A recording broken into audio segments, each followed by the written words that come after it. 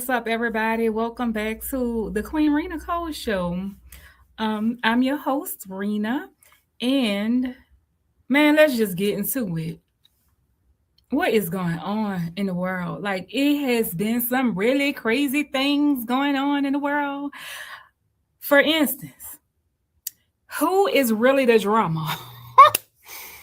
Who's bringing the drama and who's really the drama? Like, we got to get into it. And I know that there's going to be people who just don't like some of the things that I'm about to say. And baby, you just going to have to wear some tough panties and like, don't be too mad. But somebody got to say this shit because ain't nobody saying it and somebody got to say it. And people don't like to say what's right because they know this person, they know that person. They don't want to step on this person's toes or that person don't agree with them. So people hold back on how they feel. But we're not holding back tonight. We just got to really talk about some things. Like earlier, I had watched, well, I don't even know where to start. It's been so much. And like, I'm starting to think that the fraction of the people in the world that actually have some type of moral compass about themselves is like slim to none. Yeah, gotta be slim to none because moral compass has actually gone out the window and like that ain't never coming back. It feel like it's gone. Okay. And we have to take a step back to say, you know what would Jesus do in these situations? Like, what would God do in these situations? And that's how I look at it. So that kind of like helps me to navigate. And then along with my morals, I don't always get it right. Okay. Sometimes I get it wrong. But more often than not, I try my best to get it right. Even when I get it wrong, I go back and I re-examine. Like I'm like, you know what? I really got it wrong this time.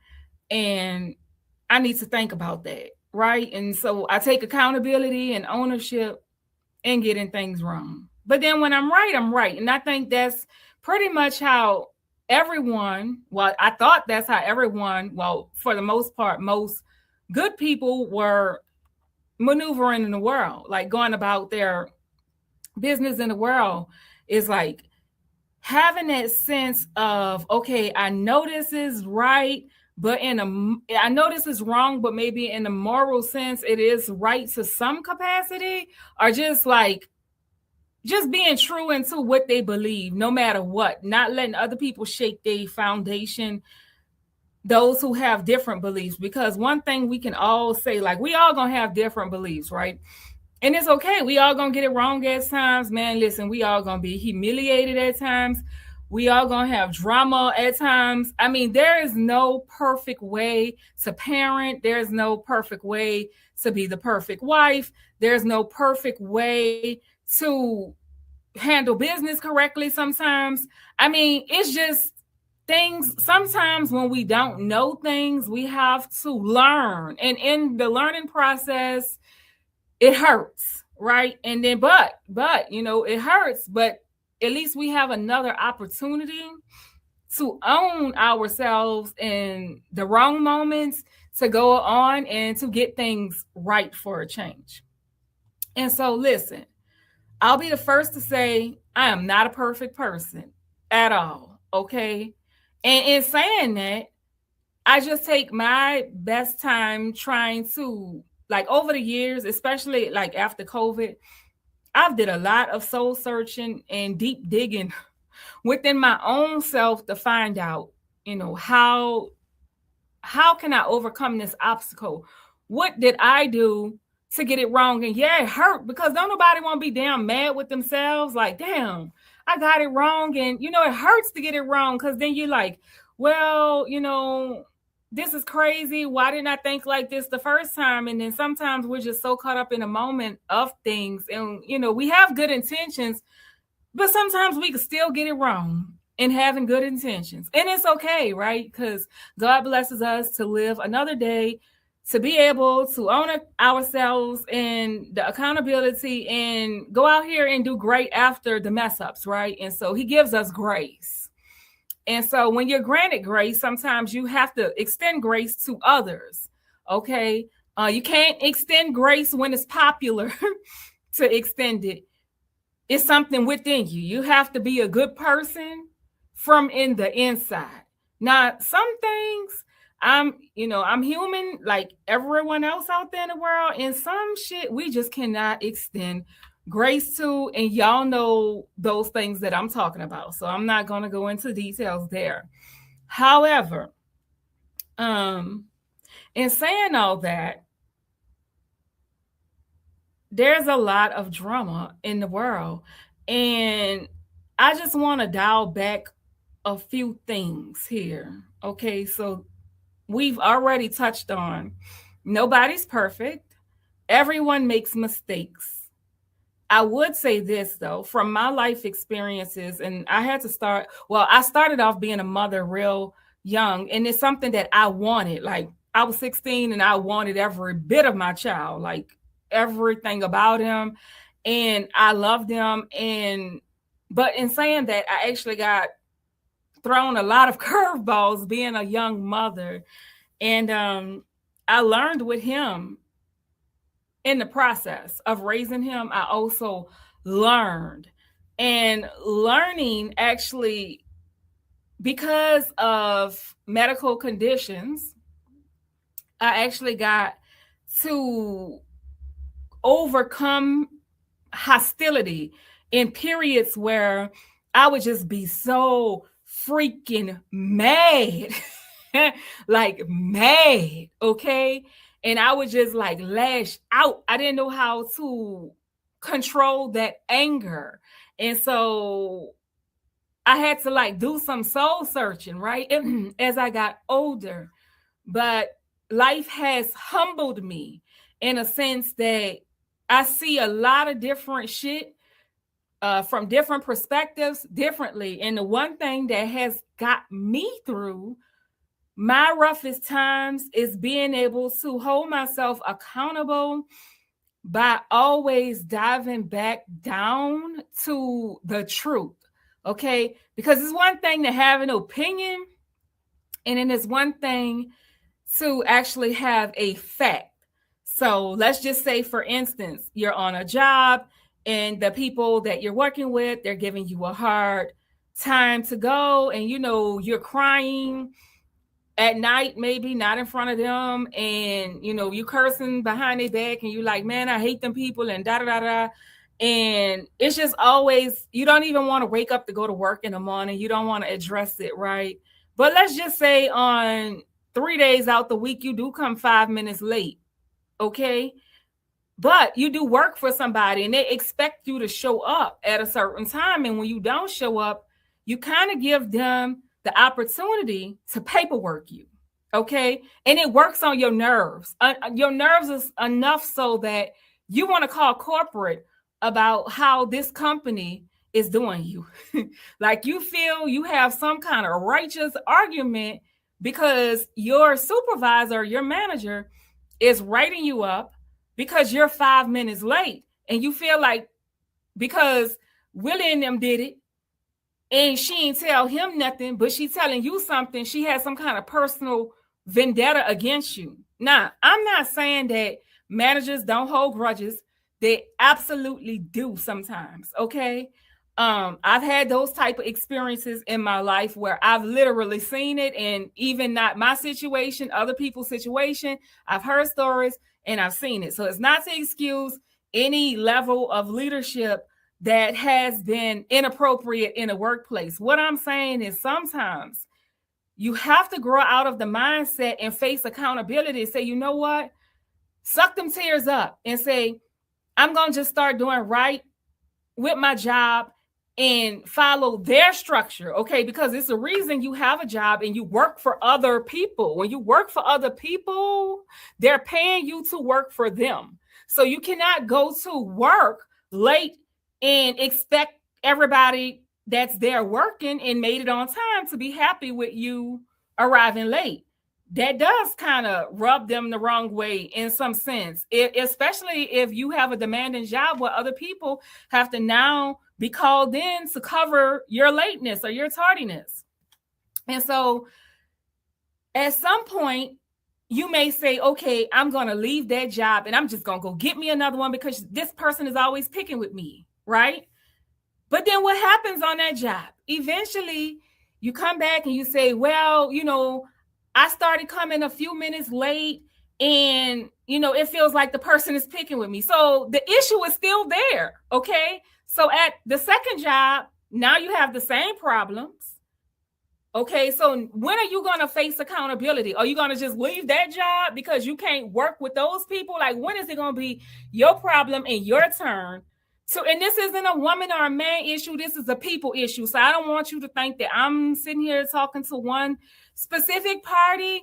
I need everybody to get this, because sometimes we have to deep dive within ourselves to actually understand what the issues are that we're facing, okay? Maybe you had a rough life. Baby, that does not excuse you to be late in the morning. I mean, I'm sorry. Life dealt you those circumstances. I apologize. However, when you sign up to be on an interview, you go to the job, they ask you specifically, can you come at this time? And you say yes, then they expect your ass to be there at that time, okay? And if you're not going to be there and you need a shift alignment, they expect you to communicate those issues with your leadership. You can't just start calling out and not showing up and then go find another job and do the same thing. Okay. At some point, you have to say, you know what? It hurts. I don't have help. Whatever's going on in my life, I just feel like I don't have anybody to be there. You have to address those issues, is what I'm saying, because they're going to keep showing up. And although the company may not be the same, the situation is going to repeat itself.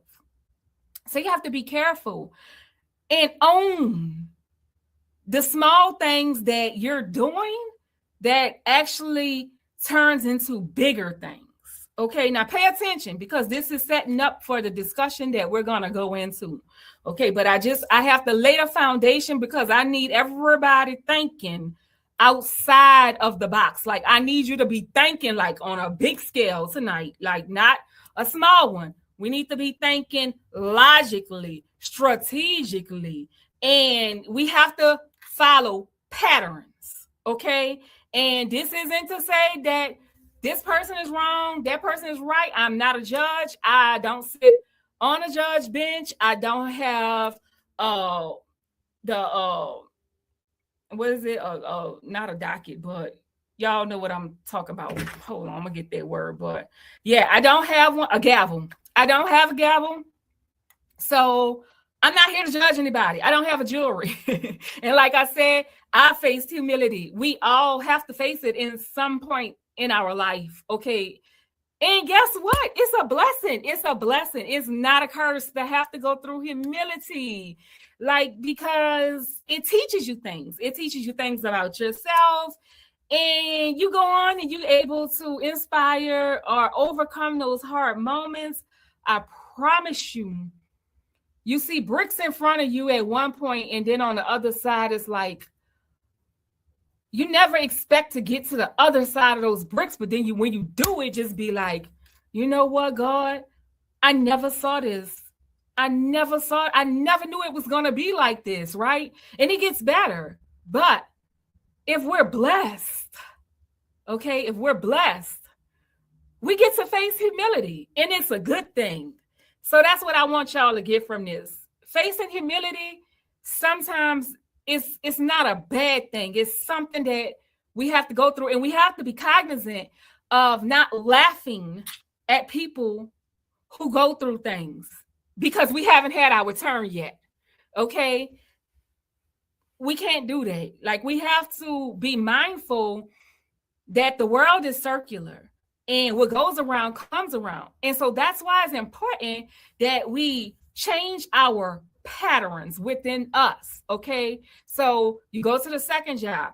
Now you're always late. Now you still got the same problem.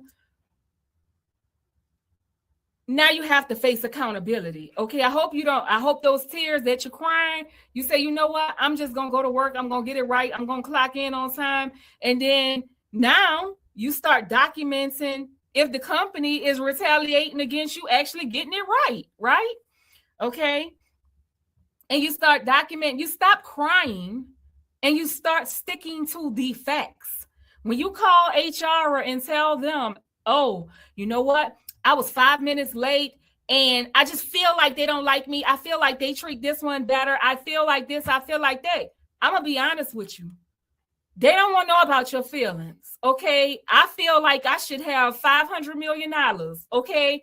Who cares? What they like is facts.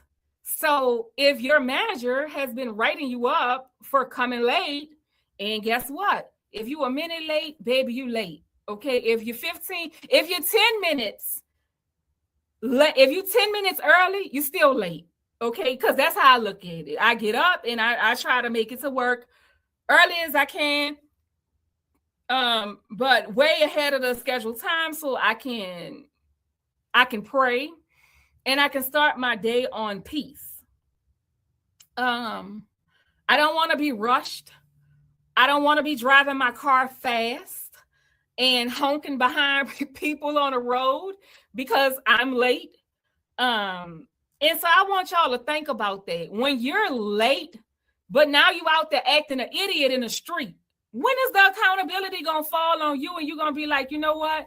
The person in front of me was not driving slow. I actually was being a moron because I was late. Okay? Instead of going out there honking at people, causing road rage with your egregious behavior because you're late. Okay? Not them, you. The only person that's responsible is you, not anyone else. So you have to be accountable for your own actions. So you get HR on the phone and they're like, you know what? Okay, start from the beginning. Tell me what your problem is. And you got to start all over. You know why? Because they only heard your feelings. And feelings, I mean, while they may say, okay, I've heard your feelings, you know, they're very valid and all of that. What's the facts? When they go to the supervisor or your manager and they see that you're actually coming into work late, and everyone else and the people is documented on you, okay, that's facts, okay? So when you're crying, but you have all these opinions, you really have to take a deep dive inside and say, hey, where did I go wrong? God, help me to understand myself better to get it right. Because at the end of the day, things are going to be repetitive in your life until you address the internal factors that's going on within yourself. And so that's my spiel on that. However, now we can move into the discussion. Now, I don't want to say anybody is wrong or anybody is right. Again, I've already established I'm not a judge. But looking at things objectively, right? Because I don't know these people. So all I have is what y'all have, what you see on the internet show or whatever. That's all I have is what you have, what you've seen. Okay. And all I can say is what I have seen. And again, it's okay to face humility. We will all be there at some point. If you ain't there yet, baby, just thank God that you're not. And hopefully you don't have to. But if you do, just know that there is hope on the other side and you will get through it too. Okay. But we have to take these deep dives. And sometimes, you know, I know like Black people like to be like, well, oh, they have mental health and they're going to the psychiatrist or they're getting professional counseling. That's some of the best shit you could do in your life for yourself. It's so freeing. Like, it's so freeing. Like, you never know. And it may take you 5 sessions to actually open up, to tap back into some shit from childhood. And then you'll be like, you know what? Gosh. At the end all be all, a year later, you find yourself being like, you know what? Gosh, I'm so at peace now. My spirit is at peace because you had to get that shit out and you didn't know how. And you can't be telling everybody, right? Everybody don't know everything about you. I mean, it doesn't matter how many stories you share. Some things you actually need professional help for, and it's okay. It's okay to need professional help. That's why these people are there. They're skilled, they're certified, they can help you. Okay, they can help you to move the ball forward in your life. But you have to trust them. You have to be honest with them.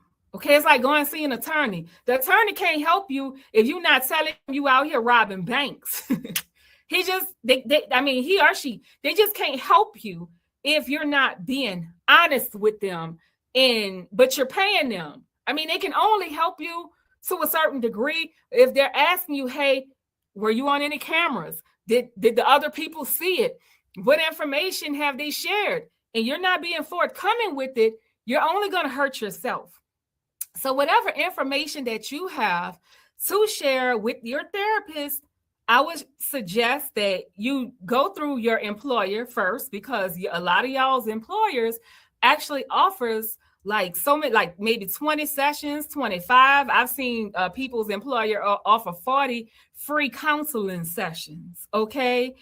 And if you want to go a step further and say, you know what, I've done some counseling sessions, I'm ready to speak to a psychiatrist, they can also help you. Okay. It's okay to need help. It's okay. Like, you have to do these things for yourself, especially if you find yourself at a hard time looking at yourself from an objective lens. Okay, not a subjective one, an objective one. If you cannot look at yourself from an objective lens to check yourself down, to find out, okay, how can I hold myself accountable? If you can't do that and you always the victim and somebody else is always the mean person to you, you always the victim in some shit, you may need counseling. You may need counseling because you shouldn't be a victim 15 times. You shouldn't be a victim. I mean, I'm not saying that it can't happen, but it's kind of illogical at some point if the same pattern is there 15 times, 5 times, 8 times. We have to own our shit. It's okay. You will get through it. So again, that brings me to my point here. So I want to just dial back from, okay, I'll start with this. I remember going into work, working at the pharmacy and driving in, like, I want to say it was my 2006 Lexus, listening to Megan Thee Stallion in like 2013 or 14. Okay. I don't want to lie. I hope I didn't get the years wrong, but I remember listening to her and me and my friends having these conversations. Like, we just think she's so dope and her music is just so fire. And I'll give y'all this. Okay. There's a lot of musicians, and I'm not going to name names because I just want to stick to the topic of what I'm talking about, but I'll name names on like later episodes or whatever. But there's a lot of musicians to where they make great music. The music is phenomenal. You have artists, you have painters, you have artists that actually are phenomenal in their work.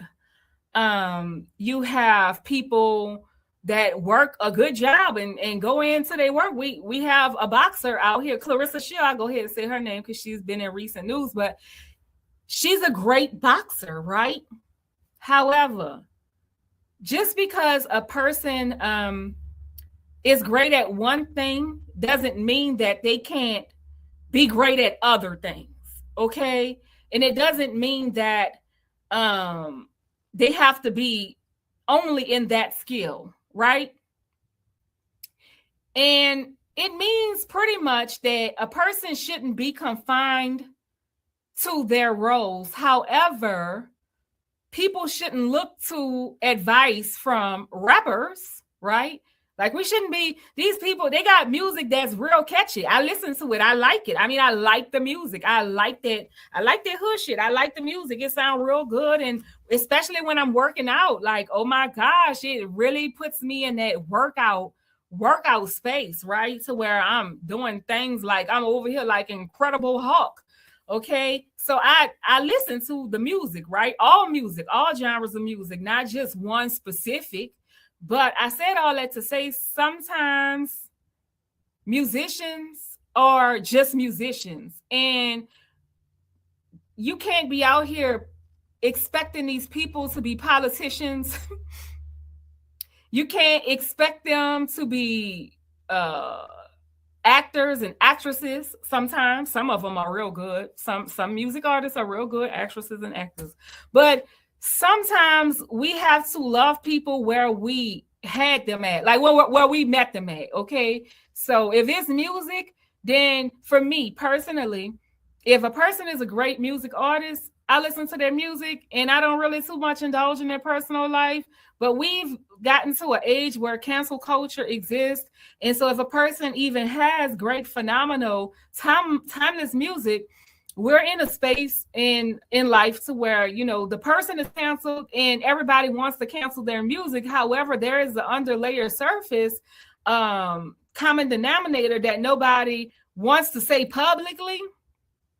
And that's they're still listening to their shit. they may not say it publicly, but they're still listening to the music because it's timeless music. It's classic. And so I don't look to guidance from musicians. They're good at what they're good at for a reason. And music doesn't, I mean, music is supposed to be a space of freeness, right? It's supposed to be something that you could adapt, something that you could listen to and enjoy or get a story from it. It's supposed to be relaxing, or if you exercise, whatever it's supposed to mean to you. And we cannot be putting people in other realms. Like I saw where somebody was canceling one of them rappers who was involved with the Republican Party and this, that, and the third. And, you know, although we want to hold them accountable, right? Are we going to cancel their music too?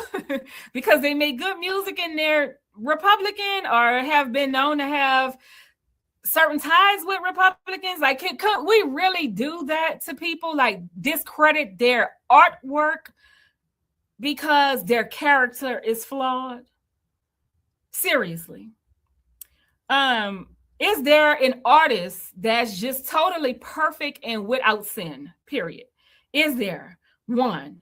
Okay. So music is just music, and everybody should just enjoy music for what it is. Now, I get it.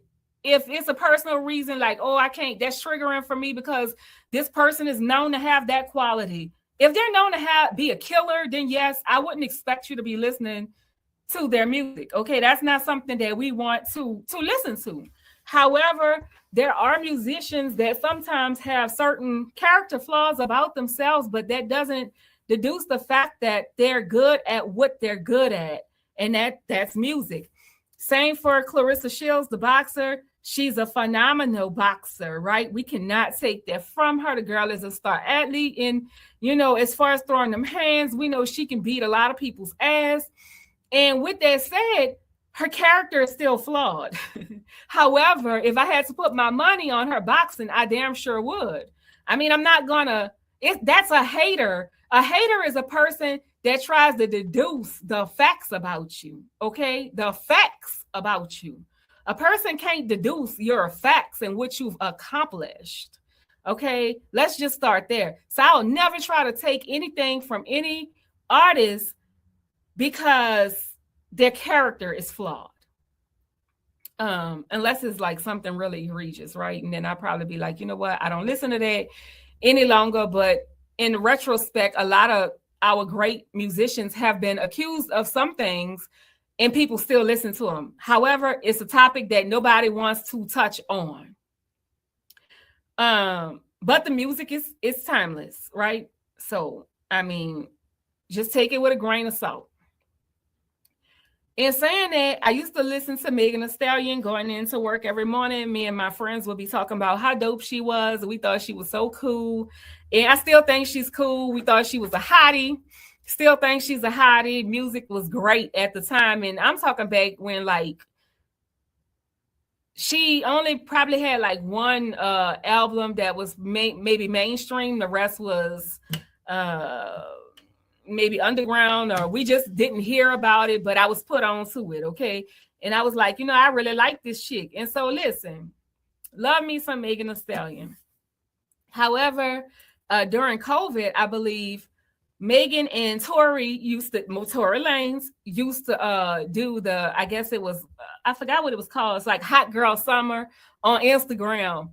And they would have this big old massive following. Like, I just love the collaboration between them two.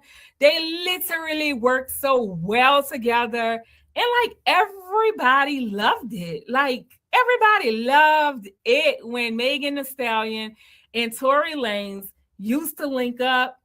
They used to do some fabulous shit online, and we all enjoyed it, like hands down. I know I did. I used to be tuned in, like I like this.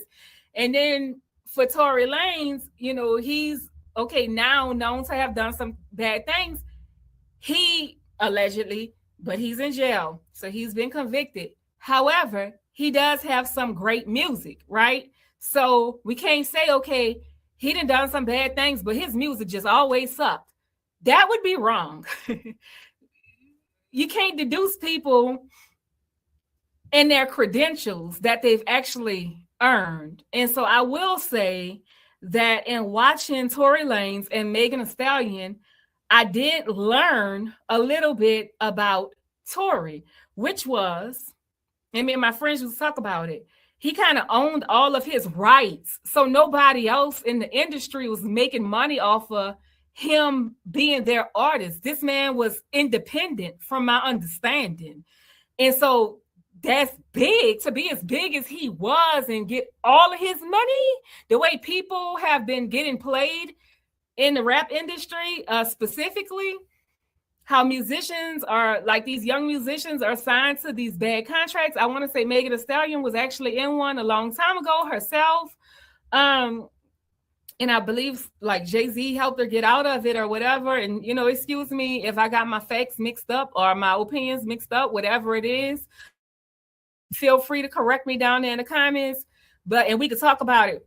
But I said all that to say that Tory Lanez, he garnered a lot of respect from community because he was one of the ones at the time that didn't have a contract to anyone. And I can tell you this, a lot of those big people that actually started off like being signed to people, and then eventually, like some people in the industry, I feel like they're gatekeepers. Like they could actually tell people, they can make podcasts, and they have the credentials and the backing to tell everyone, to hold master classes on how people who want to get started in the music industry can. But instead of doing it the right way, everybody wants to do it for the profit way. And then this isn't to shade any TV program, but this is how you get TV stations like Zeus. How can we just show people that, or how can we just help people own their own rights in the music industry, as opposed to being signed to someone and then now they're getting played? And I'm gonna be honest with you, it's a lot of people at the top, and it's just my opinion, you don't gotta agree with me. It's a lot of people at the top that gatekeep information, and when you get a brother like Tory Lanez coming along, they get severely jealous of that because they feel like they had to start from the bottom. And they had to start from that point. And so you should be starting from that point. And so they get a real bad chip on their shoulder about that, right? And they go to hating. And it's backdooring. It's called backdooring. And so I love the relationship that these two had online. Okay.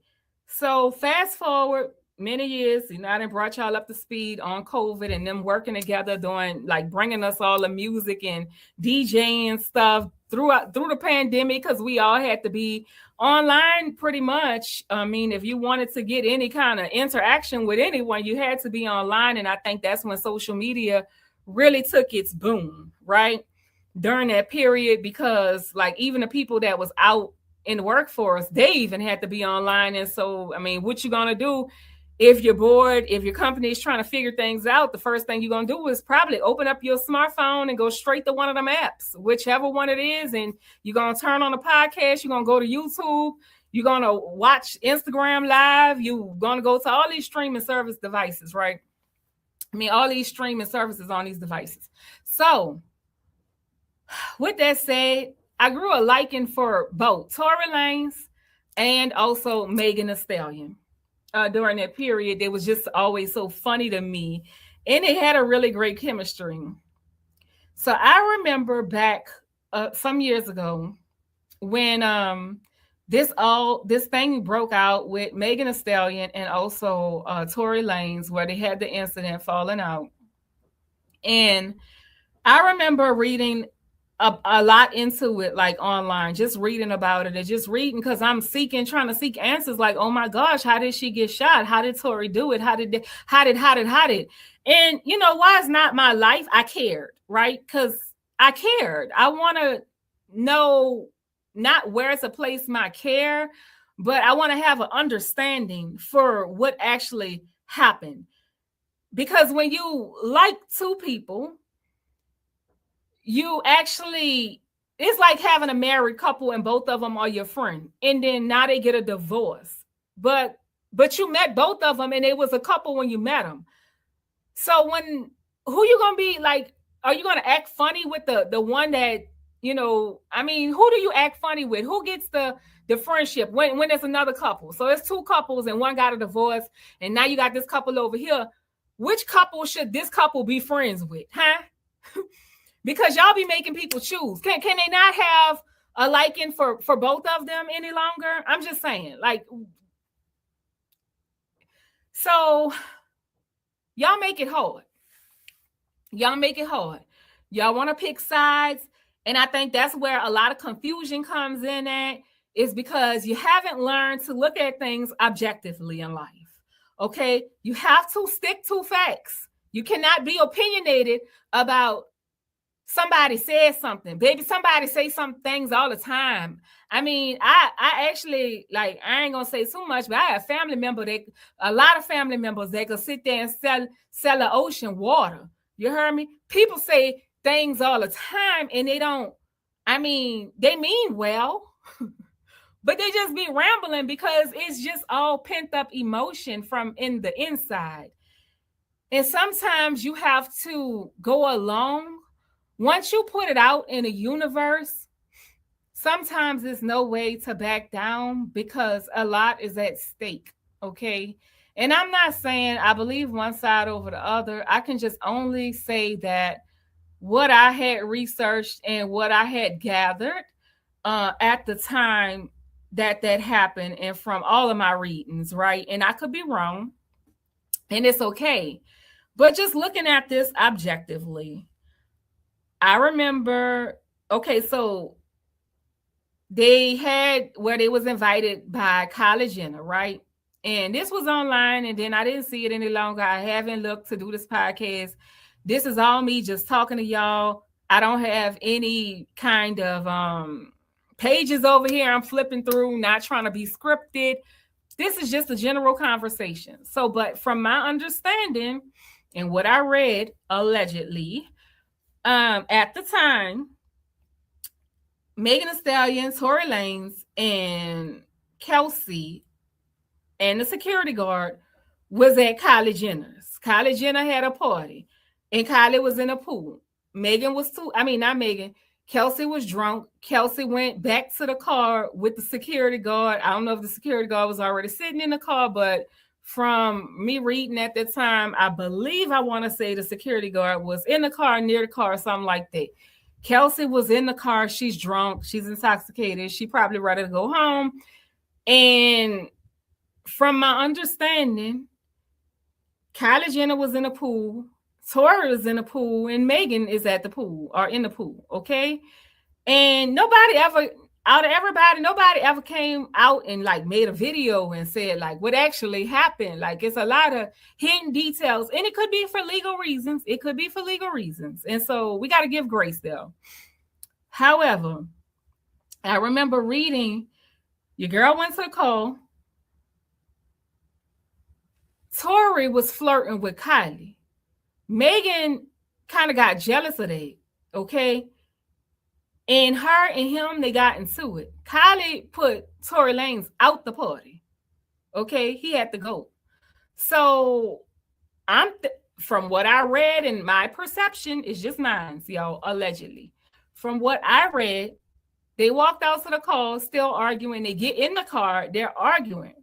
And so it seems like those two are arguing. Your girl, Kelsey, she don't know what's going on. She gets up and like, hey, what's going on? And Tori is on one. He's like, hey, she didn't tell you? I've been fucking her too. Right. Because allegedly, Kelsey and him was going together. Okay. Now, I don't know if Kelsey is married, was married, wish if she had 100 other little boos. From my understanding, them two had been seeing each other. Okay.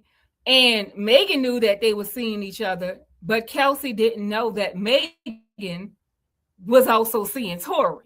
So something happened in the vehicle. We probably never gonna get that information. Something happened. I don't know if one of them grabbed for the gun, because now it seems to be a three-way argument.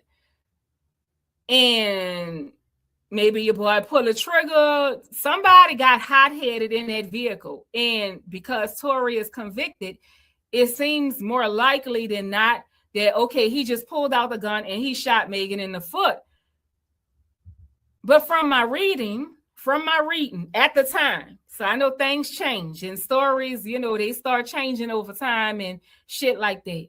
From my reading, it seems the gun was in the front passenger seat. So I don't know. But it seemed like he would have had to cross over, get the gun, or wrestle and tassel with the gun. The gun goes off, it shoots Megan in the foot. Now, I believe she was really shot. And, I do feel bad for her because they were all friends. It was going so well. And I think when he told Kelsey that, it kind of really, really exacerbated the issues, right? Really.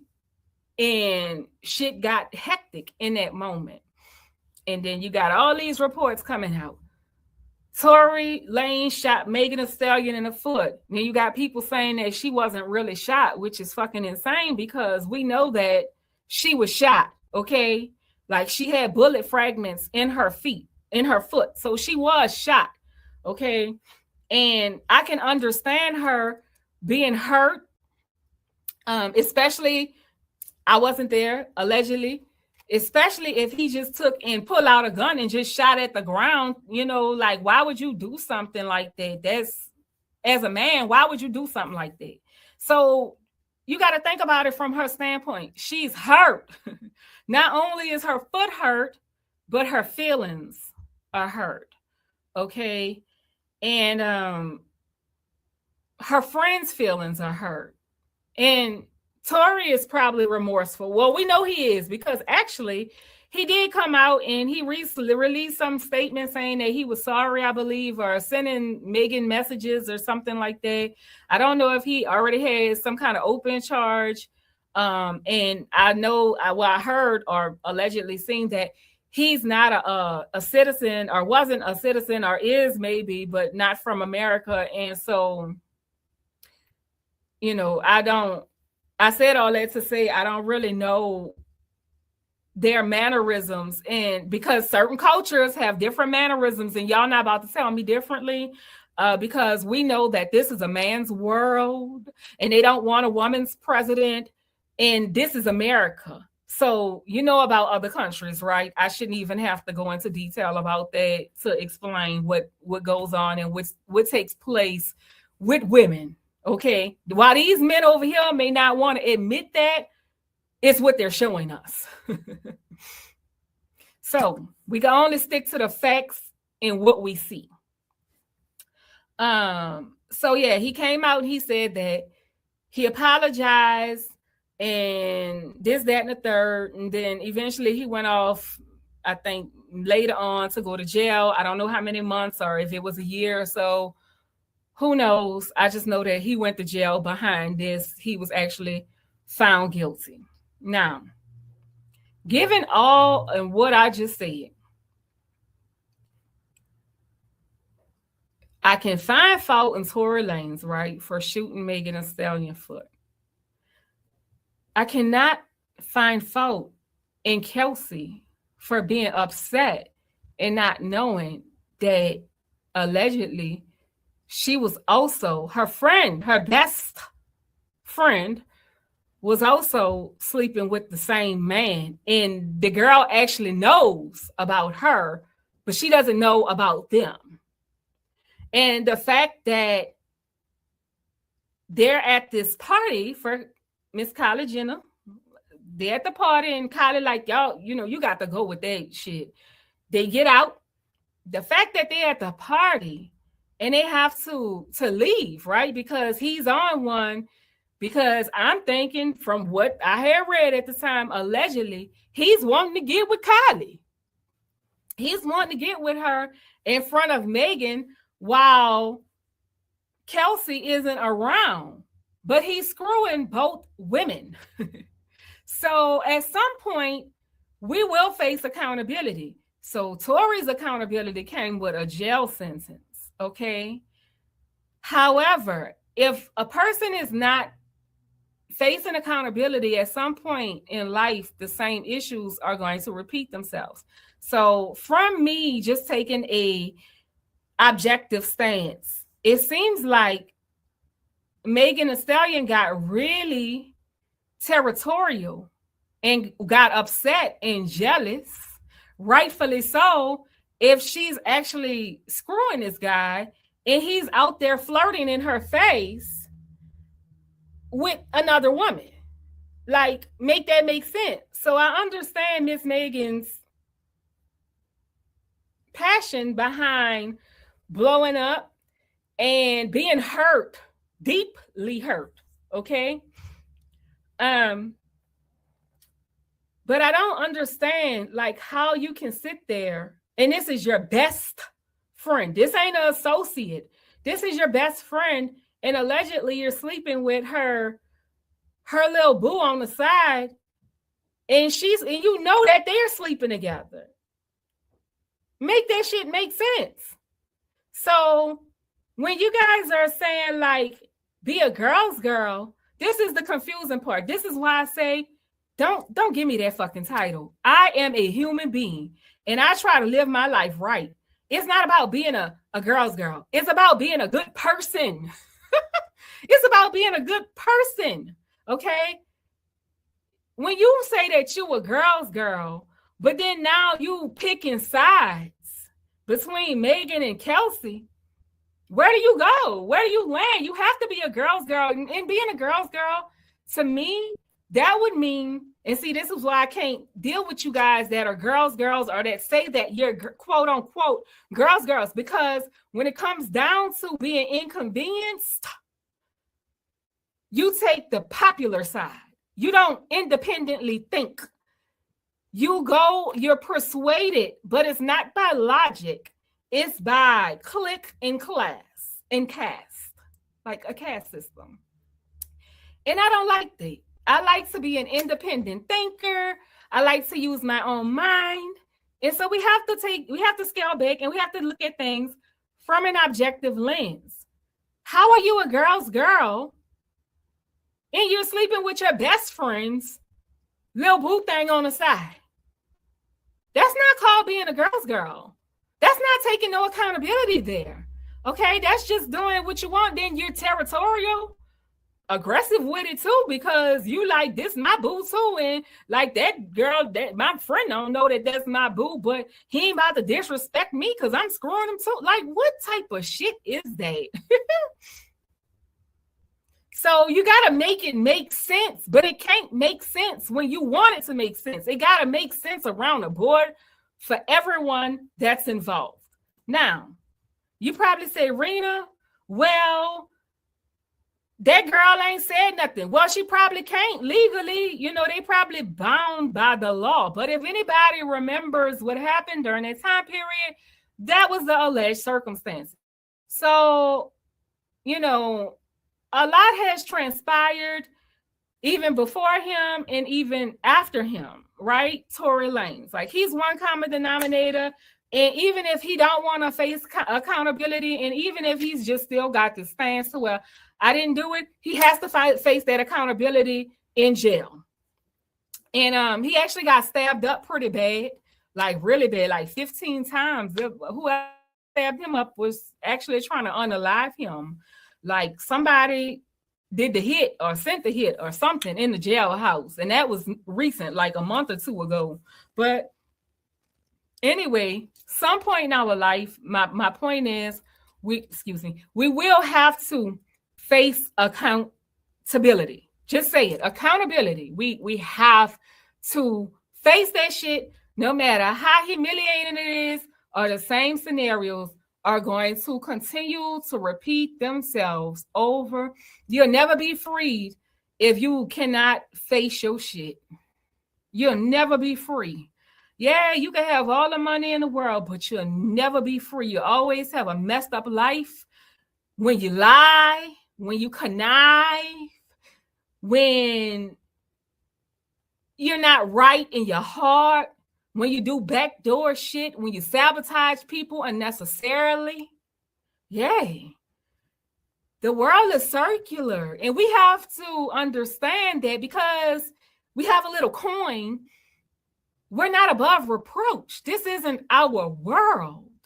We don't own, this is God's world. So whatever you do, you make sure that you pray if you wrong somebody and you face your accountability.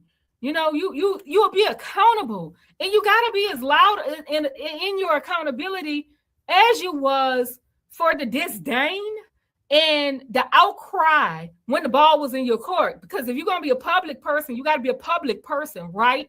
And so you have to learn to own your shit when it's your time, or you're going to have repeat issues of the same thing. And this isn't just for them. This is in life in general. And I had to learn it myself. Like, why the hell does shit keep on repeating itself? Then I say, oh, you know what? It ain't them. It ain't that person. It ain't that person. It's me. I'm the common denominator, right? And don't take it for granted, though. However, you got to stick to the facts, though.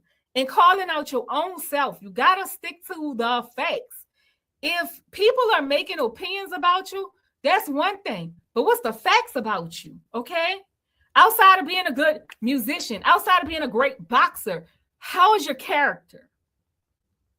Not to get off topic, but since I just thought about it, Claressa Shields, for instance, it was a time where she was like, well, Angel Reese was nominated for the Athlete of the Year, and she wasn't. And she didn't understand because to her, quote unquote, and this is her verbatim, Angel Reese didn't have the accolades.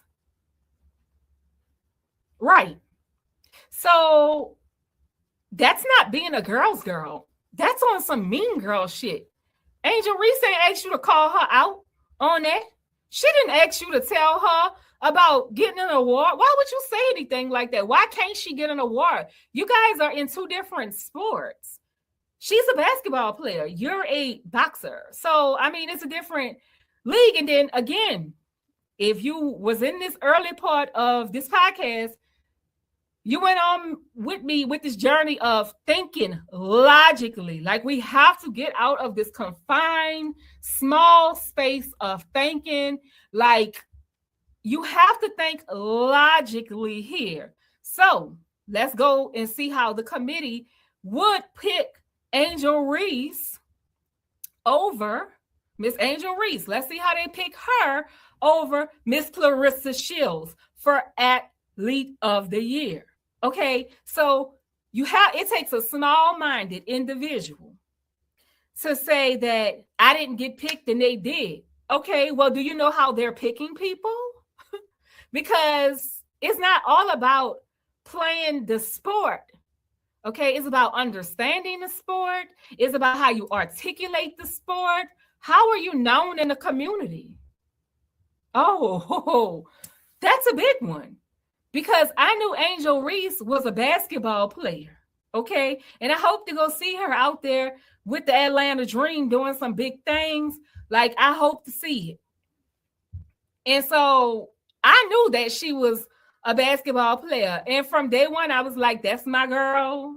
And Flau'jae too. I knew that they were basketball players, right? I didn't know them for anything else outside of being basketball players. However, I can honestly say I didn't know Claressa Shields or who she was and how great she was, okay? I didn't know how great she was. The girl is good. She's great.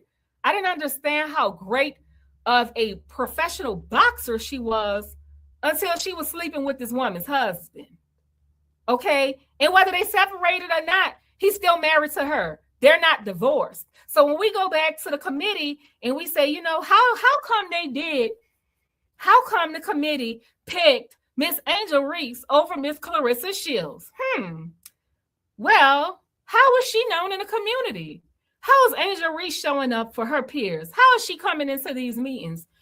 Okay, let's see what Claressa Shields has going on. Oh, okay. Wow, that's being said about her? Oh my gosh, the guy isn't divorced?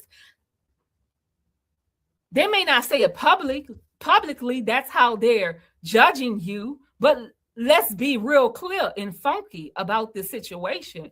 Baby, they judging you. That's a committee, okay? Just like when your ass need a transplant, okay? And this is for y'all listeners, because I know a lot of y'all young people, you never know what situation you may find yourself in.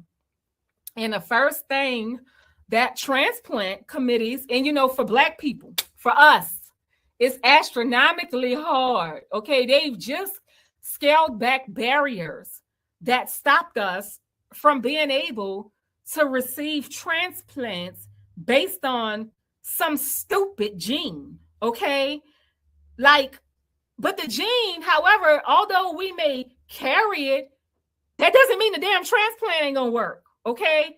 And this is years and decades of scaling back it. So I just want to give you a roundabout of how committees work. They actually look at a person outside of what they do. Like, you're judged on a list of things, okay? Not just boxing, not just basketball. You're judged, okay? And whether they tell you the shit or not, Auntie telling you, I'm telling you, big sis telling you over here, I'm telling you that they judge your ways. So get it together, because you never know when you may have to go through, when you want to clean your life up and you have to go through one of these committees, okay? Or when you'll be in need. When you'll be in need. We don't know when we're younger, when we're older, we may face this ailment, okay, and may need this. Well, do you know how many people need transplants? And I'm not sure if a lot of you know how people get them, but usually somebody has to pass away for your ass to get a transplant, okay? Because it's that serious. So they have to look at, will you come to your doctor's appointments? How compliant you've been with your medication adherence over the years. How compliant you've been with coming to these appointments, with keeping them, not rescheduling, because they don't want to take life or an organ from someone else and put it in you when you're known to be uncompliant or not listen or have issues that's going to land you in jail.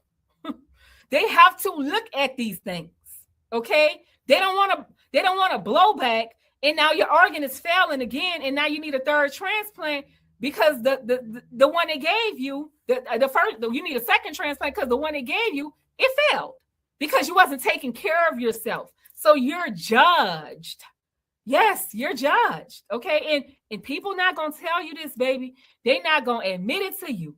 Even if you call them and you ask, they may not tell you how it go. But I'm telling you, this is how shit is looked at. So when Claressa Shields is comparing herself to Angel Reese, she literally has to look at how she's moving. I want so much better for her.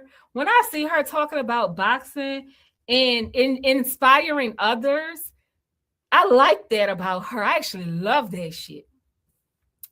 But it pains me to sit there and see her literally talk about this man. Talk about this man that's had many women before her. I know she's happy, but I just wish the best in that situation. Now I'm moving forward because it pisses me off to even think about how great of a boxer she is and the kind of situation that I don't even think she understands. Like, a person can be strong. A person sometimes is born naturally strong, or sometimes it's environmental. Like, our environment gives us a life that, at birth, we just never knew that we would have. And so we have to be strong, right?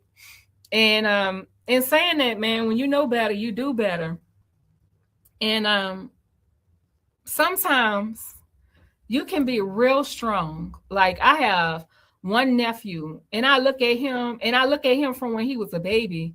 And ever since he was a baby, I always was like, damn, I'm watching him as a little boy, like, pitch balls and play games and run around. He's had so much agility.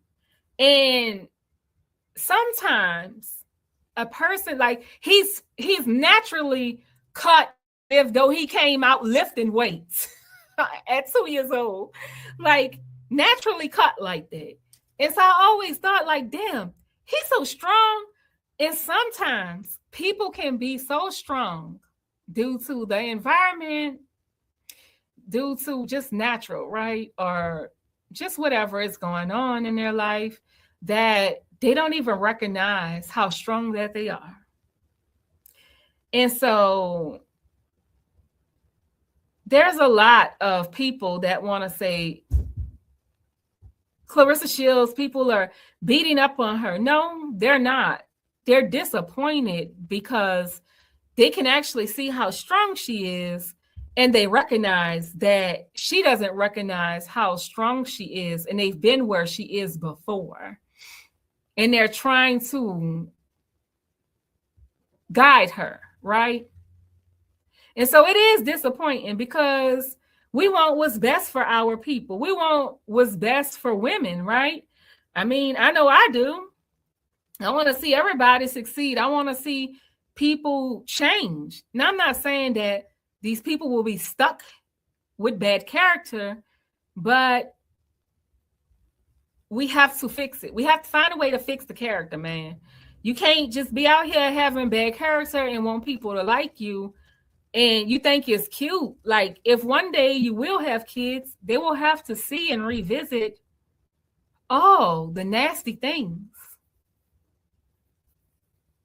Why would you want that for yourself? Like, think big scale. We're not thinking on a small scale no more. Please, you got to think big. Like, it's bigger than just sit down and deep think. Like, not why, how can I make this better? Like, understand the why. Okay, once you understand the why, when you take your feelings out of things, you can then begin to process the how, how to overcome it. But if you can't even look at yourself and say the why, or see the why, or see your own strength, then it's no way possible that you can overcome something. And that's when shit gets real. It begins to be full circle, and it comes back to bite you in the ass. Okay? Because a hard head makes a soft ass. You're going to learn one way or another. And for Tory Lanez, having multiple women and wanting to be this player pimp type person, look where that's eventually got him. Being accountable for his actions. in a jail cell. Yes. So again, let's go back. Megan Thee Stallion. So much potential, gives off great energy, great vibes. However, I can say for myself, honestly, I know how it's like wanting to be territorial with friends and actually partners, like a relationship, right? Because I know for myself, although I've lost my father, and for myself, me and my mom, we're just not so close as I've gotten older, right? Because I've seen things, and I told you I had to go through a process, right? And so we're not as close. I still love her. But in saying that, I know what it's like to be lonely and feel like you don't have anyone in your corner. I know what it's like actually to have a whole family of people not even like you, and just have like this very small portion don't like, no, this very small portion that likes you, that truly likes you and loves you, and then have this very great large portion that hates you, okay, for issues beyond your control and your capacity. Like, I literally know what it's like to be shunned, okay? So when I say this because I faced humility, and I faced having grace extended to me, and I've given grace in circumstances, even to people that I see no progress with. I just say, you know what, I wash my hands, and at this point, I have to give it to God. And so I reside there, right? Try to. Well, with Megan Thee Stallion, it just seemed to me personally that, she hasn't taken accountability. And I'm going to tell y'all why I say that. This Klay Thompson situation kind of highlights deeper issues. When people don't have someone, they do become territorial and possessive a little bit, because they feel like they're going to lose the people that they do have. And they kind of start to look at that person and maybe their family as family, because they don't have any. I know what it's like. So you want to be accepted, and you want to bring what you can to the table, right? Because you want to prove your self-worth. And that's nice, because in doing it, you really have these good intentions. But for some people with a family who loves them and likes them, and everybody likes the person in the family, it's hard to move into that space, because you come from one space where you don't really have anyone, and you're shunned, or you just don't have anyone. That's the cards that you were dealt in life. And you go to meet people and they have family, and now you feel like you're a part of their family. And then maybe when holiday time come around, you do something nice that one time, but then what happens for the next holiday season, and you're not invited back to come over? But you felt like that was your family, because you ain't got no damn body, right? It's hard. I know. I've lived it. In 41 years, I can honestly say that I've lived it. I know a lot of y'all don't know about my journey, but it's really hard for me growing up. It really was hard, okay? And even as an adult sometimes, because not having that family base, or just the family that you see as that could be your family, not having that kind of makes you go hard in the paint for that acceptance, okay? And so I know what it's like. And so I say this with, grace, and from a cousin standpoint, like,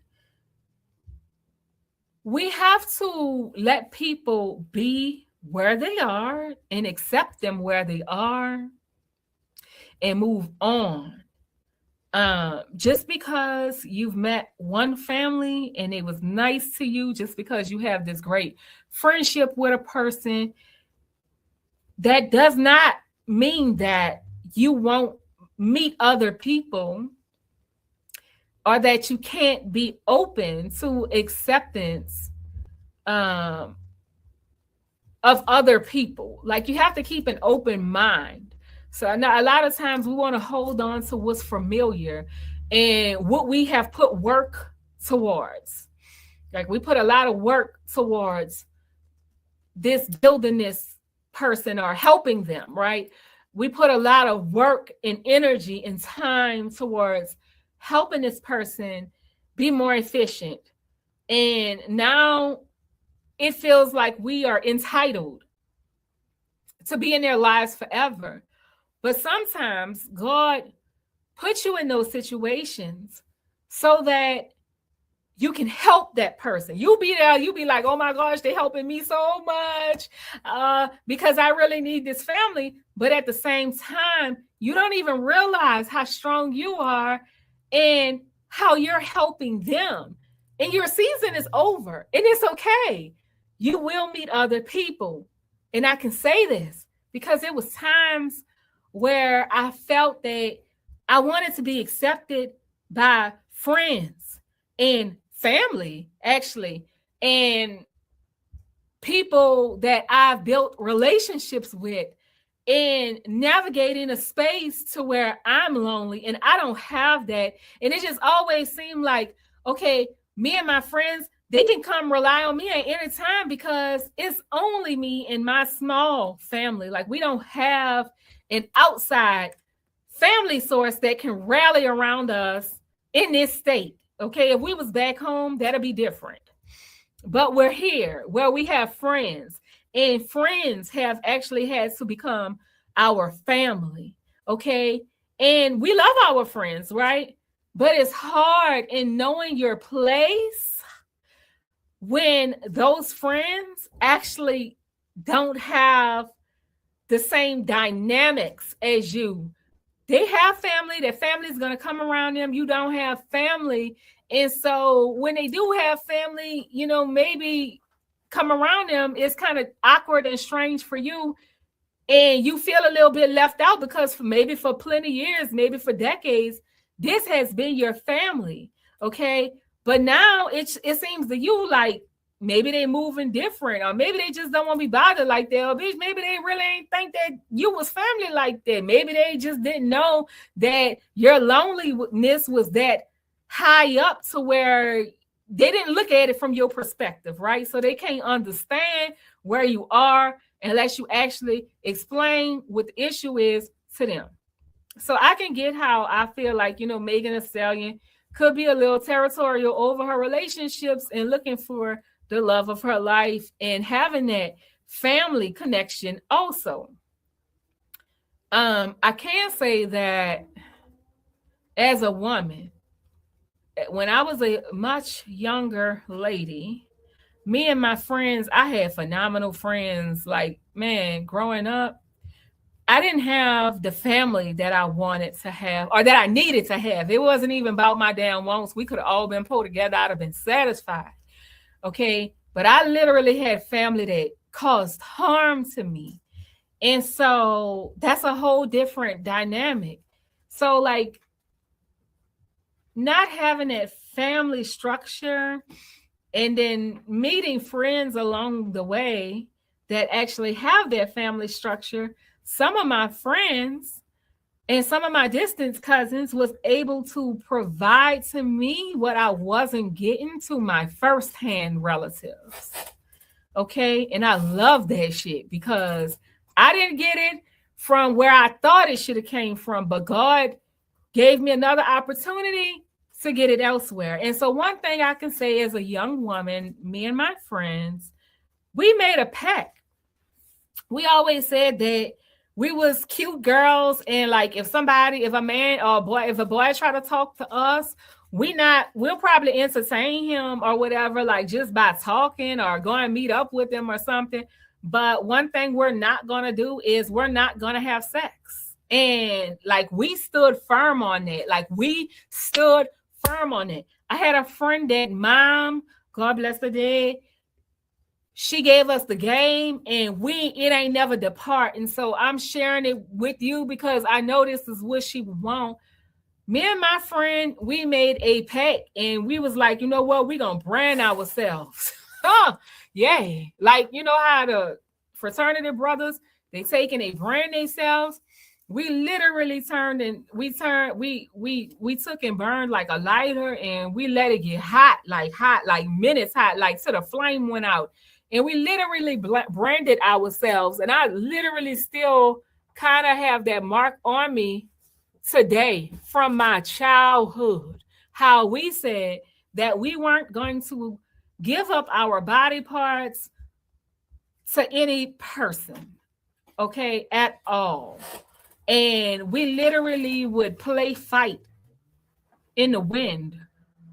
And we built stamina and agility, and would train on how, if some male try to attack us, how we would defend ourselves. Okay, so we got to start there, because I'm trying to give y'all a game and how to protect your pocketbook. Your pocketbook is your private part. If you was not told, that's what it is. You don't let anybody go into your pocketbook. Okay. Back then, there was no cell phones, and I think I may have gotten a computer in 12th grade, back when NetZero was my email address. I actually still have that email address to this day. But anyway, because I like longevity, okay, because that was poured into me. And so this next shit that I say is not coming from how I feel. It's actually from my lived experiences. So there's a lot of things that can be taken away. A person can take your job away, okay? If you don't work for them, baby, they can take it away. Your house can be taken away these days. I've been seeing on the news, you know, these people out here stealing land. It's a lot of things that can be taken from you. But three essential things that I've learned in 41 years that cannot be taken away from you are experience. No one can take your experience away, your lived experience. Like, you know, we go through these things, and I know some people keep them inside, but when you work on yourself, you can share them with others. And it's a joy in doing it, because you don't want to ever see people go through what the hell you've been through. And so you come to this place in life one day, and you're like, you know what? It's a joy in sharing my story with others, because I'm trying to save somebody out here. And so this is the joy that I get out of speaking. So one of the things that people cannot take away from you is lived experience. The second thing that they cannot take away from you is education. Okay. A job can fire you, but if you learned how to work the register, just say at a job, they can't take that from you. Okay. That knowledge of knowing that system is going to always be with you. So they can't take away your lived experience. They can't take away your education. So what do I mean by education? Education can also mean your lived experience. That's why you have people getting honorary degrees, right? Okay, so let's start there. It can be your experience. It can also be you actually going to school to enhance that lived experience or that education, okay? So your education, your lived experience cannot be taken away from you.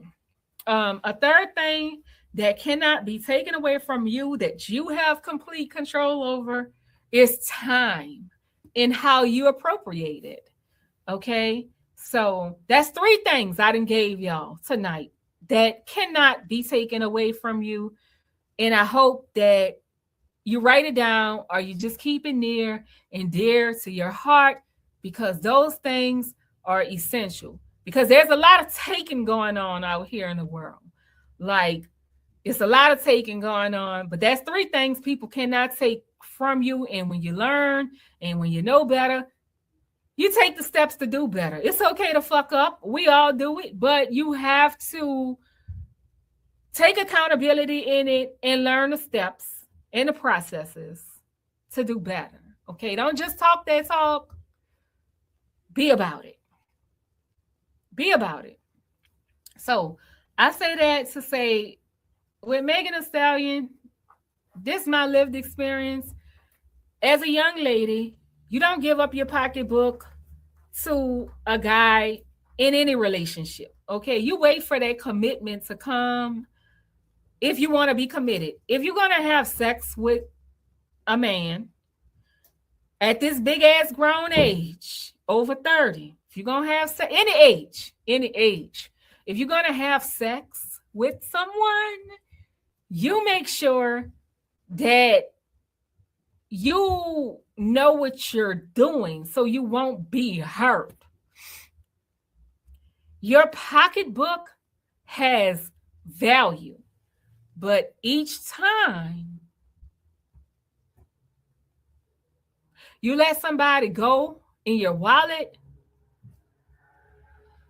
and take from it, your value decreases.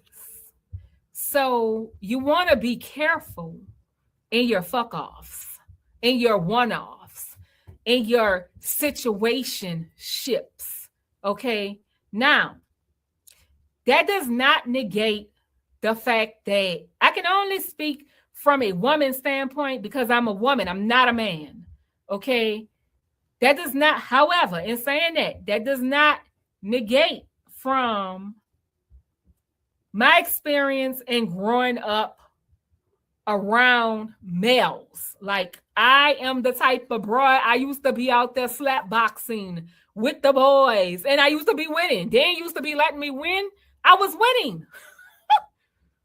What you talking about? So, with that said, I used to be playing basketball. Like, it used to be real competitive. I then got pushed down on the basketball court.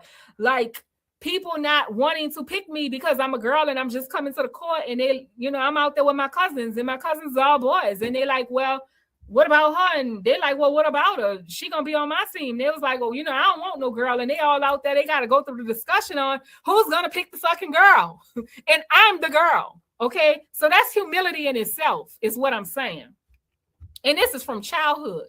Okay, having these lived experiences, being around males a lot, like even getting out there playing football. If y'all know me, then y'all know I like football. Oh my gosh, football is one of my favorite sports, and I can pretty much tell you the quarterback for every team in the NFL and their star players, and some of the players that's not, they don't be getting headlines and shit like that. I be following them too. I follow everybody. So please, when I say this, I don't want anybody to think that I'm just speaking, being a Bible brain, and not speaking from experience and what I know. Boys, young men, they like pretty. They love saying, man, her body's so nice. Ooh, I'ma get that. They love that shit. Okay. And back then, when I was young, they didn't have cell phones and all that shit. Primeco phone, Starlight or StarTech or whatever. That shit came out when I was in high school, and I just wasn't fortunate enough. I think I had one Primeco phone, I had the wood grain around it. I had one beeper, but that pretty much was it. The other people that was near me that was older, I always hung with an older crowd, because if you go back to my story from the beginning, not on this podcast, if you go back, then you know that my parents was much older than the normal age parents, okay, back then. And so I always had to be in the room with the elders all the time. And so I learned a lot. Like, I learned a lot. Shit was off the handle. Can you imagine? But I learned so much shit that I just would not have picked up from younger parents, okay? And so I am grateful. Like, my dad, he was 62 when I was born. I am grateful for this experience. Although we didn't get much time together, I'm very grateful, because he taught me so much. My mom, she taught me so much. I was around their relatives, and their relatives was their ages. And they didn't have kids that were my ages. I mean, that were my age. And so could you imagine what that's like? Right. So with that being said, I speak from experience.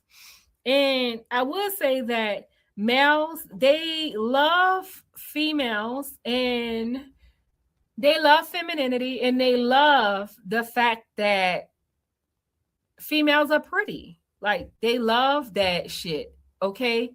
And so being a pretty female or a fine female or attractive female and having this good aura and glory, because beauty is not only in the outside, the external. Beauty, to me, being a beautiful person is internal. Okay. How does that beauty flow from your heart? Do you mean well? Okay. Because it's okay to fuck up, but do you mean well? Or are you just going to go down a rabbit hole because you just want to be right so bad? Okay. So beauty comes from within oneself. And so once you grasp this understanding, the superficial shit on the outside, it goes away. It goes away. Who cares about what you look like on the outside? It's your heart. When you leave this place, somebody comes and walk the graveyard for you. They're not going to get out there and be like, oh, beautiful. On your tombstone, it's not going to say beautiful. Rena's face was beautiful, or Rena's long hair was beautiful, or Rena's wigs was beautiful, or Rena's eyelashes was beautiful. It's not going to say that shit. You know how I'm going to be judged? I'm going to be judged by the contents of my character. So what does that look like? I want to be recognized for good character, not bad character. Shit. I wanted to say great neighbor, good friend, honorable person, loving child, great daughter, in great spouse, right? Good wife, great mother, shit like that. That's what I want to say. I don't like, that we have this superficial shit about us, and like we don't understand the totality of where beauty is actually derived from. And that comes from within yourself. Okay. So it's okay. Say I'm beautiful, I'm popping my stuff, but make sure that you're also beautiful in the inside. Okay. Make sure that you're not defining beauty by how you look on the outside in that regard. And so moving forward, I look at Megan Thee Stallion, I say, okay, she's so pretty. And I see myself from when I used to be around males all the time. Like, Lord have mercy. I can't even count on 10 hands how much I've played sports with boys. Okay. And I was a tomboy. Like, I didn't start dressing. And I think I was a tomboy to actually protect myself, because men and boys would come on to me, and I was a child myself, and I would have men to come on to me because they see me walking around with this big breast, right? And they think that I'm older than what I am. And it's not that I'm trying to be older than what I am, but it's just that they don't care what age I am. Everybody wants pretty. And so I look at Megan Thee Stallion, and she's beautiful, drop dead gorgeous. And so as a pretty person, what could be pretty on the outside to others is actually a magnet, because people want that pretty around them. And they suck the aura. Like they leech on, they latch on, they want to know what there's like. Okay. They want their turn. They want their opportunity. And when I say opportunity, I mean getting your fucking wallet opportunity. Like they want their chance to go in your pocketbook opportunity. And so we have to be cognizant that our beauty is not to be given to everyone. Okay.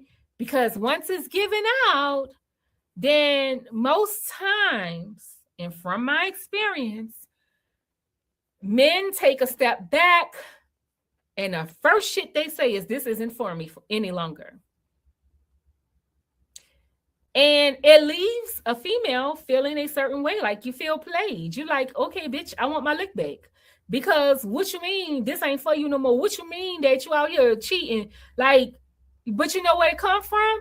It starts with us. So we have, I'm not saying she's the blame for his cheating. I'm saying she has a due diligence to protect herself. That's what I'm saying. He's responsible for his cheating. Like, he's going to face accountability. If he hasn't done so yet, he will in his lifetime. I mean, we don't have that to worry about because the world is circular. And so, as a woman, as a female, as being a young girl, as branding myself with my friend, my best friend, my ride or die, as branding myself to not ever give up my body willingly and protecting myself by kind of just having to get in and just be that tomboy and be hard and rough and thugged and all that. Because I'm going to tell you something. When I met my boyfriend, it wasn't until one Mardi Gras, he was like, man, can you please stop wearing baggy jeans? That I realized, like, oh, he noticed me. He noticed me, like, yay, because I was wearing the baggy jeans, like the Jabos with the 5 pocket and shit, with polos, with Shav tennis shoes. Okay, that's what I was on. I wasn't on being a young girl and how it is online these days, like teasing men on the internet with my body as a young girl. Okay, I'm not saying like I didn't have slip ups along the way. I'm saying as a young girl, I wasn't in the space of, we didn't have online. So when people ask for your number, you just gave them the wrong number, right? But these days, people ask, what's your social media handle? And you have to guard that, just like it's your pocketbook, or just blow people off, or see what it's really hitting for. And as a woman, I can honestly say one thing that you can do to control the narrative always is protect your pocketbook. Back when I was younger, I think it was like maybe for 3-month grace, or because shit was fast back then. You got to think about it. We didn't have cell phones, and man, men, they and boys and men, males, they really wanted to get to know females in an intimate manner. They had all this music, baby. Jodeci was out, Mary J. Blige. She's still popping. Like, I'm so proud of Mary J. Blige. But I'm saying that to say all of these songs were out and they told stories and everybody was going through emotions and we was feeling it. And like, it was okay to do certain things that just isn't cool today. But back then, I was just like, you know what? I don't really want to do none of that. And so me and my friend, I told y'all, we made the pact or whatever. And in doing so, I just really think that it saved me from having people to try to get in my pocketbook. Okay, let's just start there. And then once you develop the courage to just say no, or just put your guard down, man, your boundary. You know, a man really wants you when you blow him off with, like, you start from the beginning. Hey, listen, I know that you probably be very attracted to me. Thank you so much for telling me how beautiful I am. I really think that, you know, you're a handsome person too. However, I don't want to enter in any relationship in a sexual manner at all. Okay. And you start there. And that's how you're going to develop over time, getting to know who your person is, the person that you're seeking. Okay. And back then, I used to hear like some girls and some friends say that they made a person wait 3 months before they actually let them go in their pocketbook. And we're in 2026 now. Okay. So I'm talking about in the 90s. So from the 90s to 2026, shit has really picked up the pace. And over time, the price has to go up. Like the price, it has to go up. You got to start putting tax down. It can't be 3 months in 2026. It was 3 months back then in the 90s where you knew that was your person. They didn't have all the social media shit, and that's about how long it took. 3 months felt like a long ass time because you was living your days outside playing on the playground. Okay? You wasn't living your days looking on the internet and being virtual and playing the video game. I mean, we was playing a video game, but at some point we had to go out and catch some air because we was playing a Nintendo. The Nintendo don't even look the same no more. Okay, so that's the times we was in. We talking about when what's that football game they used to have for the Tecmo? Back in them days, baby, they didn't invent Madden and everything else since then. Okay, so that's and the prices has gone up, like gone up severely, right? Astronomically. It's not the same shit no more. Back then, your mama go get your Nintendo game, the whole system, probably like $99, 99 cents for gas. These days it's $4, over $4 for gas, depending on where you live at and what kind you put in your car. And then for the game system, it's starting at $500, and like that ain't even probably gonna get you a joystick. That's just gonna get you a system. And back then we had to have the track pads and all of that shit to go with our games, and we was playing Paperboy and shit like that. So I said all that to say sometimes you got to increase with the environment. Okay. And if ain't nobody told you that, baby, I'm telling you that you have to increase your price with the environment. So if it was 3 months that you waited to let somebody go up in your pocketbook, then in 2026, it needs to at least be 13 months. Okay. And if a man is willing to stick around with all that's going on in the environment, with being your friend, we're not changing on you. Okay. So you do your first 3 dates, and now it seems like he's pushing to be intimate. And maybe y'all kissed a little, but you got to be careful too, because people be having cold sores and shit. So, but anyway, maybe y'all kissed or something. And now you can feel yourself working up, but you know that's not what you want. You want long term. So you gotta think long term. Okay, I'm gonna tell you what to do if you want short term. But if you want a long-term relationship, you literally have to take a step back and take it down a notch. It's gonna feel like forever, but what I'm telling you is right. All my mama, sisters, my whole entire family, my dad's side, everyone I know, every woman I know, okay, has been married. And 9 times out of 10, they still is. And some have been divorced. But the point is, they've been married, okay? And so when I say this, I say it with love. Scale back giving up your pocketbook. I'm not saying ask for money or anything like that. But if a man is interested in you, you don't have to sex him for him to see your value. You don't have to sex him. Guess what? He gonna make you know it's real. And guess what? Your ass need to still wait them 13 months. I don't give a fuck if he make you know it's real on day 3. He writing your name on a boat. Whoop-de-doo, bitch. What does that do for you? Okay. Ooh, that's so cute. That's really high schoolish if you really think about it.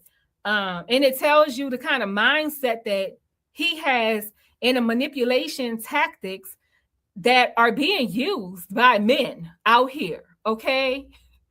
Their boyfriend and girlfriend. And it seems like the only time that, to me, where he publicly enjoyed is like, oh, this is your payback. Like, I'm going to write your name on this boat and make you feel jolly because you just been too happy anyway for this relationship to even happen. So, yeah, write your name on a boat. And, like, can't nobody see the irony? Like, the narcissism in that? Your boy is a narcissist, straight up. But this is how they roll, okay?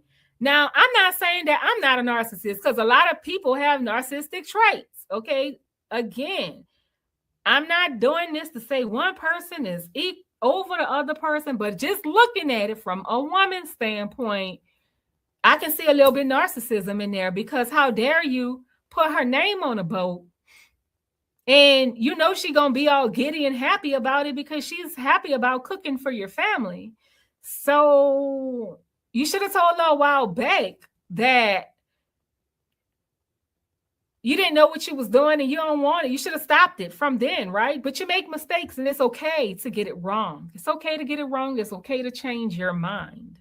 You're here now, right? And so you can only move forward and do better for the next relationships, okay? People get it wrong all the time. But because the universe, myself included, you all, we do not know these people personally. So we cannot sit here and pick a side per se. We literally have to look at this from a objective lens. And we can only do that by looking at it from what we know, what has been shared, and from the information that we have from our prior knowledge and going through our own lived experiences, right? And so don't give up your pocketbook early in the game, okay? Whether you a young girl or older one searching for marriage. Like, don't, if you want commitment level man, baby, I don't care if he flew 100 blimps over your house. Men are hunters by nature. A person like Clay Thomas, oh, you got to break that, you got to break him down, okay? He got too much money. You got to break him down. Like you literally have to break him down. And at the end of it all, you cannot push. You have to accept him where he's at and move forward with letting him guide the way. Men are hunters. They like to hunt and they like to prey. They hunt for what they want and they prey on what they want. And some of them, once they get all that they intended to get out of you, baby, they done sucked your energy away. They done sucked your aura away. They got you out here crying. They got you out here sad. You know, you got to be careful because there's energy suckers. And once they get what they want, even though they've been very deceitful, you have the due diligence to protect yourself at the end of the day. And if he hasn't made a commitment, I feel like if you're over 30 years old and you've been seeing a man 6 months and y'all been on numerous of dates, baby, y'all going on dates every other week because both of y'all meet each other kind of equivocally with the income bracket, right? And in career level. And so this conversation is for those people. This conversation ain't for you people who just can't relate because you ain't there. Okay. So, but for two people actually seeking out love, for the woman, you have to make that man wait. And if he hasn't committed to you in 6 months, you got to walk away. You got to walk away because a man knows what he wants in 6 months. Okay. A man knows what he wants on day one. And so they're going to apply pressure and start doing things. And then eventually a commitment will happen. But you cannot give up that pocketbook in that time. Because if you give up that pocketbook, that's where you screw up. That's where your feelings are going to get hurt because he's going to run off and he's going to seek out the next thing. Because you know why?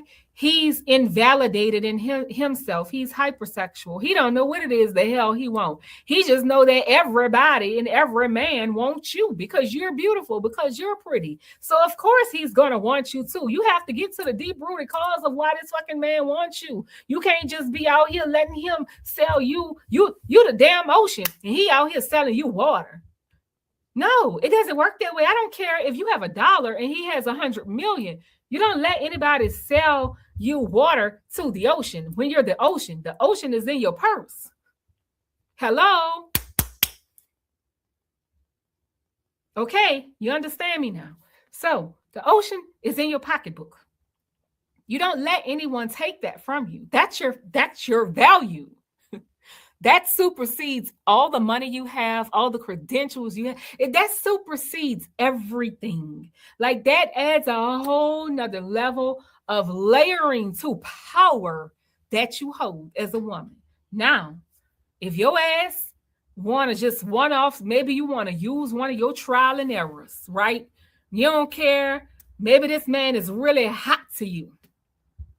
Maybe this man is really hot to you. You just want to just take one for the team and just use your trial and error. And you know his ass ain't going to commit because the signs is there, the way he talking, the way he acting, the way he carrying himself around you, the way he is the prize and you not. If you want to just, you want to break somebody down like a Klay Thompson, I'm about to give you a game. I'm about to give you the game. You fuck him, and then you cut that bitch off. Cold turkey, okay? No callback. You block his number, bitch. You change your phone number. You block him on all your social media. That's how you break the people down that behave like him.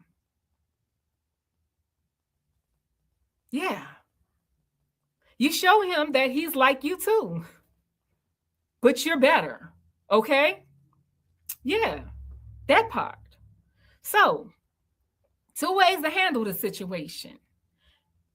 Have your one night stand, but just know any commitment after that time in those 13 months. Gotta wait over a year because we got to know how he handled the holidays. Your birthday got to spin around the sun.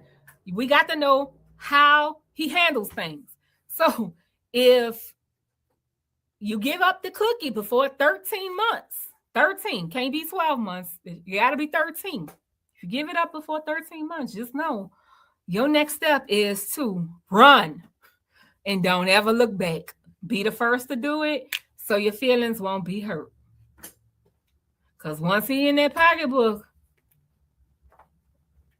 and now he making an ass out of you, telling you he don't want you no more, or making an ass out of himself, and you didn't allow him to hurt your feelings. Because start with you. At some point, we got to take accountability.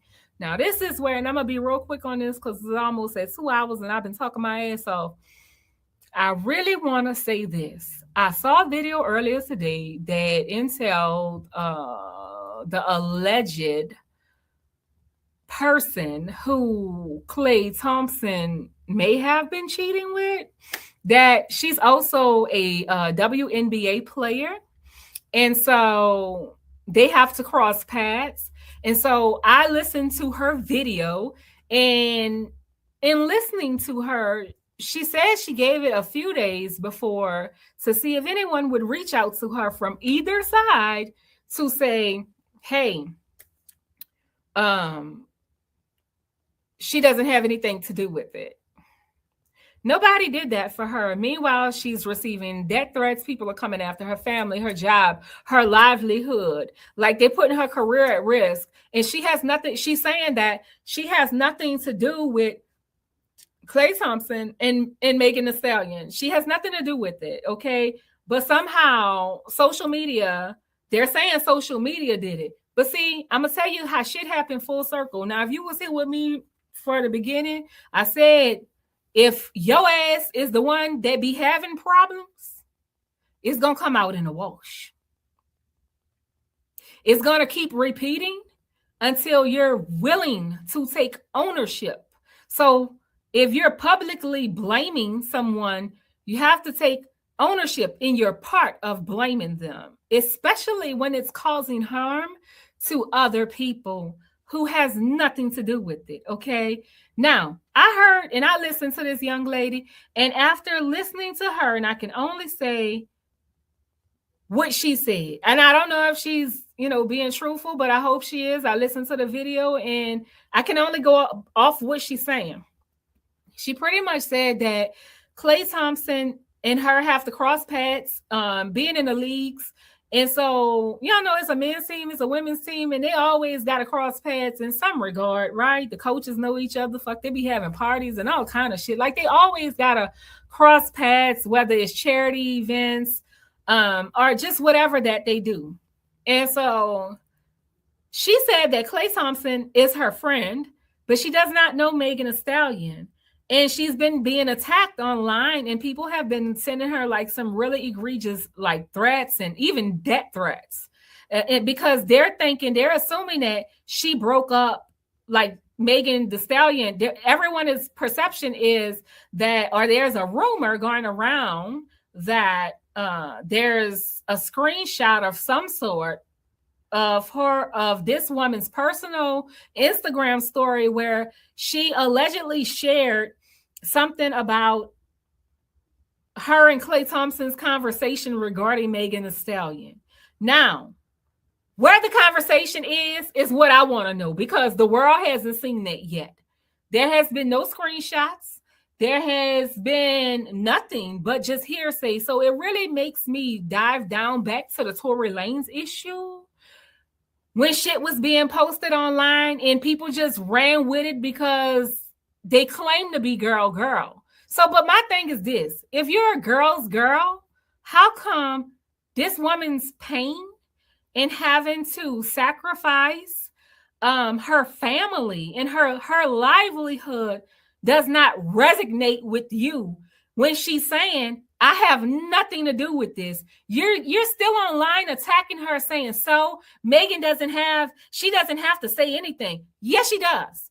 She's totally 100% responsible for speaking up, because she's the one who publicly put it out that Klay Thompson is cheating. And then she let her fans run with the information that they came up with regarding this WNBA player. That shit is not right. So that's why I be saying, don't put me in a box with you bitches that say y'all are girls, because in all honesty, you're not. You can't even think cognitively enough to understand that you're independent and you can have freedom of thought, okay? You're going by what is being said, but you're not even taking the actual part. Where's the evidence that this girl did these things? And even if she did at the smallest scale of things, she does not deserve to be sent death threats, okay?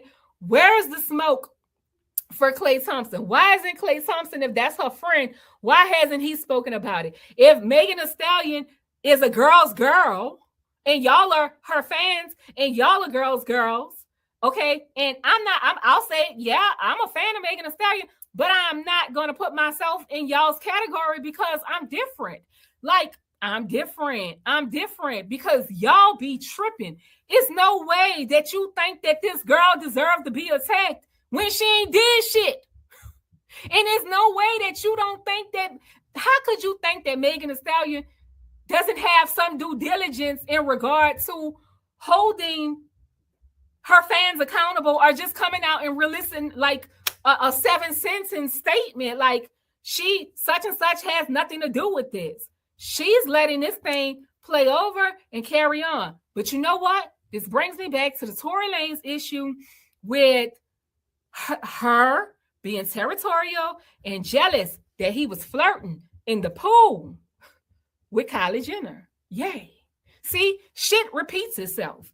And so my independent thinking tells me that there's some kind of jealousy or animosity, because if you're a true girl's girl and you're a woman's woman and all of this shit y'all be saying, then you got to live by it. You got to abide by it. You live by it, you die by it, right? And it comes in all regards. It just doesn't come for who popular, baby. It come around the board. And being a girl's girl doesn't mean that that person is excluded and this person is included. I mean, you got to own that shit around the board.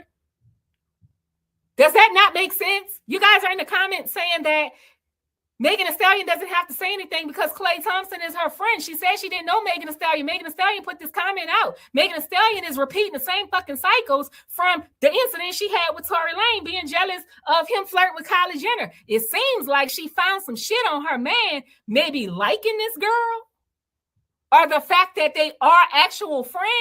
And so she's okay with this girl being bullied online, and that shit ain't cool. And you people who claim that you're girls, you're only girls when it's beneficial for somebody that you like. You're not a girl's girl at the end of the day. Okay, so I don't like the term. I just say Put me in a category with the people that are decent in character, okay? And you can fuck up along the way. And I would much rather be around people that have messed up 100 times and 100 times owned their fuck ups. I'm more inclined to be around people that say, you know what, are like people. People that are likable to me is not the person who actually goes through the mess up and they change their life, okay? And you guys still like to hold them to where they once were. Prime example, Chrisean. It doesn't matter what greatness she's doing, okay? She's doing like, man, the greatness this girl is doing that we're witnessing is God's work, okay? But you people that claim to be girls, you still find a way to tear her down in the comment section. Although she's taking ownership of her life, she's holding her own self accountable with humility and publicly doing it, okay? And so you just can't be a girl's girl when the person has no mistakes in life, because life hasn't promised us that we wouldn't make mistakes. It's okay to make mistakes. It's okay to get shit wrong, okay? But it's wrong to not hold yourself accountable. And it's even more wrong to be so pissed off or so jealous-hearted or so angry that you want to see others harmed or be hurt just like you. That's a dangerous mindset to have. And to me, it just, and I'm not taking one side over the other because I didn't gave all parties smoke tonight. I'm saying cycles have trends. They have patterns. They repeat themselves over time. And this is a rumor. This girl said that she didn't do it. But somehow, some way, a lot of you still are like, Megan Thee Stallion doesn't have to be accountable, but she put the information out.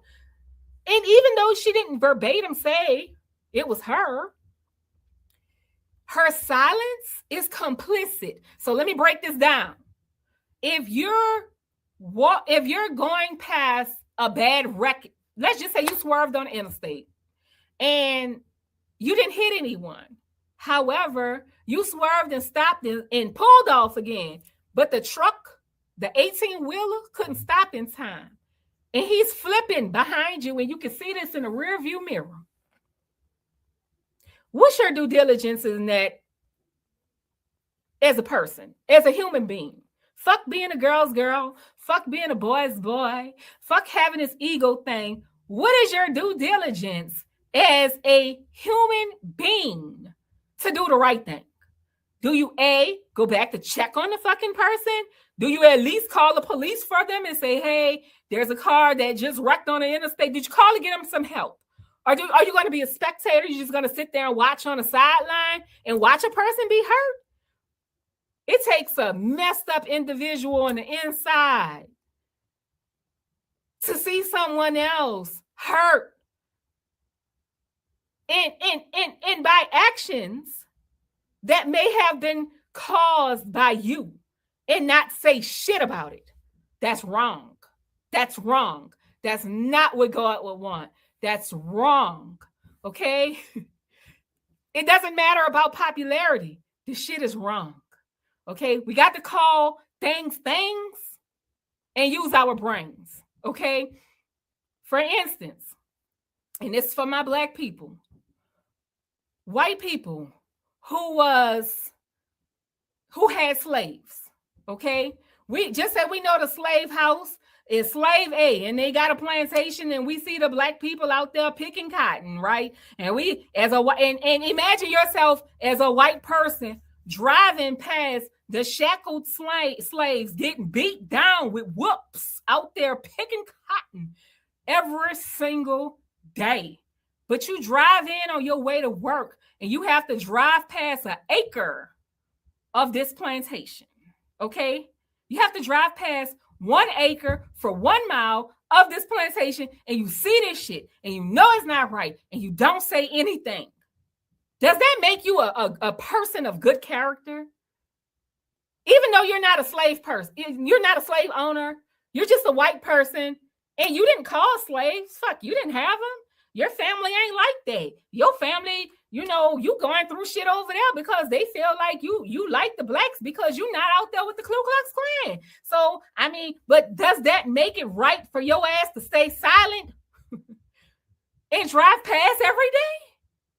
When you see something, you say something. You protect people. That's not a girl thing. That's not a girl's thing. That's a human character thing. That's a moral compass thing, right?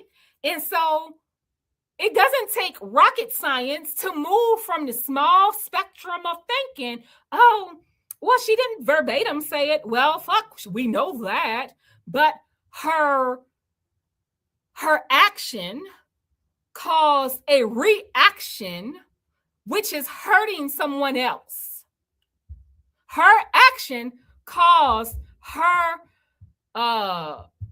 perception or her meaning, okay, her meaning to what she put online to be perceived incorrectly, okay? So that's just like saying somebody say, oh, well, she make this blanket statement and now everybody thinking that she's a Trump supporter. What does she come out do? Hurry up and defend herself. I don't support Donald Trump. It's so fucking easy to come out and say, I don't do this when a lot of people agree, okay? When there's a lot of agreements towards that specific thing, okay? Because we can all agree right now in 2026 at this current moment in climate with Donald Trump that there's a lot of people that disagree with him, and it don't have a color to it. It's around the board. I see it all the time, and people don't agree with him. It's not a color thing. So if a person feels like their words, a celebrity, okay, that has a backing, okay, not financially, but a powerhouse of fans selling out shows. If you have that kind of thing behind, if you have that behind you, then you honestly, if you have that kind of system backing behind you, that's powerful. Those people love you. You know, they go batshit for you. I like that for you. That's your family, right? We have to learn to pour into people that pour into us, but we cannot be feeding people bullshit because we can do it, or because we can get away with it, or because we feel like we just don't want to be accountable because we didn't say it verbatim. Like, get out the mindset. That is childish. Okay, that's childish. Get out the mindset. Do better. When you know better, you do better. If you know that your posting about the presidency was taken out of context by Black people as a Black person, your ass is going to jump on the internet and release a statement in a millisecond, right? Because you know that a lot of Black people will agree with you, okay? You want to be agreeable, but you're not doing what's the right thing. Okay, you're going where the crowd go. You're not independent, and that's sad. That's a sad place to be when your ass can't be an independent thinker, and you have to box yourself in to agree with the mass. Okay, because strong people and leaders, we stand alone. We don't give a fuck about a crowd. Okay, we one for one. If we out in public and we see some shit that's fucked off, we gonna do something to make a difference. We gonna call, we gonna do whatever we got to do to show up. And we ain't gotta have nobody with us, because that's what leaders do, okay? And then you wrong, you take accountability the same way. You face humility the same way. You can't let your fan base fall off the ledge and thinking that it's this girl, even if you didn't fucking say it, that's what they perceive. Because if it was the agreeable thing to do, if we're talking about other things, your ass will hop on the internet, release a statement in a millisecond. But because you're in your feelings and you're upset and you don't know how to handle your emotions, you spazzed out, you try to embarrass this guy, you try to humiliate him with his honesty, okay? And maybe he did cheat. Maybe he just was flirting with the girl. Maybe you found some messages and it's this particular girl that he actually likes, but maybe she don't even know that he likes her. That's the fucking vibe that I get. I get that you being jealous because you haven't came out, Megan, and you haven't said anything to or to even just release a general blanket statement and say, hey, it's not her. Okay, that's it. That's all the public needs to stop threatening her. She literally said her life and her family's life is at risk, and you're just being complicit in that because you didn't verbatim say it, but you see it happening. That's some dog bitch shit to me. I'm sorry. Like, that's vile. That's vile. That's sinister. That's crab in a barrel. It's saying that you're better than, and she deserves the harassment. You know, to be a complicit is to be an accomplice. If me and you went robbed the store together and you committed murder, I'm getting charged with that murder too. Even though I ain't did it, Joe ass did it. We both going down, okay? Because to be complicit is to be an accomplice. Ignorance of the law is not an excuse for the law to be applied. And even more so when you're Black. So with that said, we have to lead and we have to not be foolish. Okay. And as a woman, you have it. If you want to blame somebody, start with you, then go to Clay and blame him. Okay. But you released this statement publicly. It has all this mixed talk and dialogue online. And, you know, it kind of is an eye opener and eye waking experience. Like, it sheds a highlight to each person's character. And although Klay Thompson may have allegedly cheated or broken things off with other women, that's also a fucking pattern. He has to go back to therapy and understand what's causing him to behave in this hypersexual way and not settle. What's causing him not to be honest with women and be upfront about what he wants. Because I'm sure, and I'm not judging, but he's not an unattractive person at all, right? And so if he could just be honest with women, he will literally find his type. They are out there, baby. They don't want no money from you. They want their opportunity. So you don't have to be out here breaking women's heart when you can literally let them know up front, man, listen, I had a bunch of hoes and, you know, I don't know. I'm going to tell you from the beginning, it's the life I live. And if you want it, then you want it. If not, then you're not. But then that's just what it's hitting for. And this is how we going to start from the beginning. Clay, you got to be honest, dog. You just got to be honest from the beginning. You can't be leading her on, even though I can see your patterns. I could see your patterns. Like the other women, they didn't fucking lie on you. Not all of them. Like, they ain't out here just, you just haven't committed to any of them. And maybe they left silently. But I can honestly say this. I haven't heard about any Klay Thompson scandal until Megan Thee Stallion put this shit online. Maybe y'all have. I just haven't heard about any kind of woman scandal, like he's lying to women or anything like that. I have not heard that until she put it online. Then people start researching his history and they come out with all this list of women that he's actually been with, as well as the list of men that Megan has been with.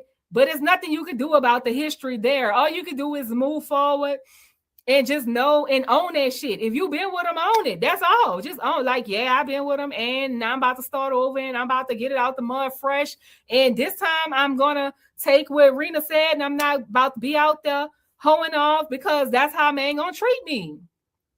Or I'm going to look at the patterns that were before my time and I'm going to listen to him tell me why each person he couldn't be committable to. Okay? Because the man got a pattern. Okay? And I mean, it's his fault for not telling you initially that he wasn't ready to settle down. Maybe he just didn't know how. Okay? Because that's also a talking point. Some people don't know what to say.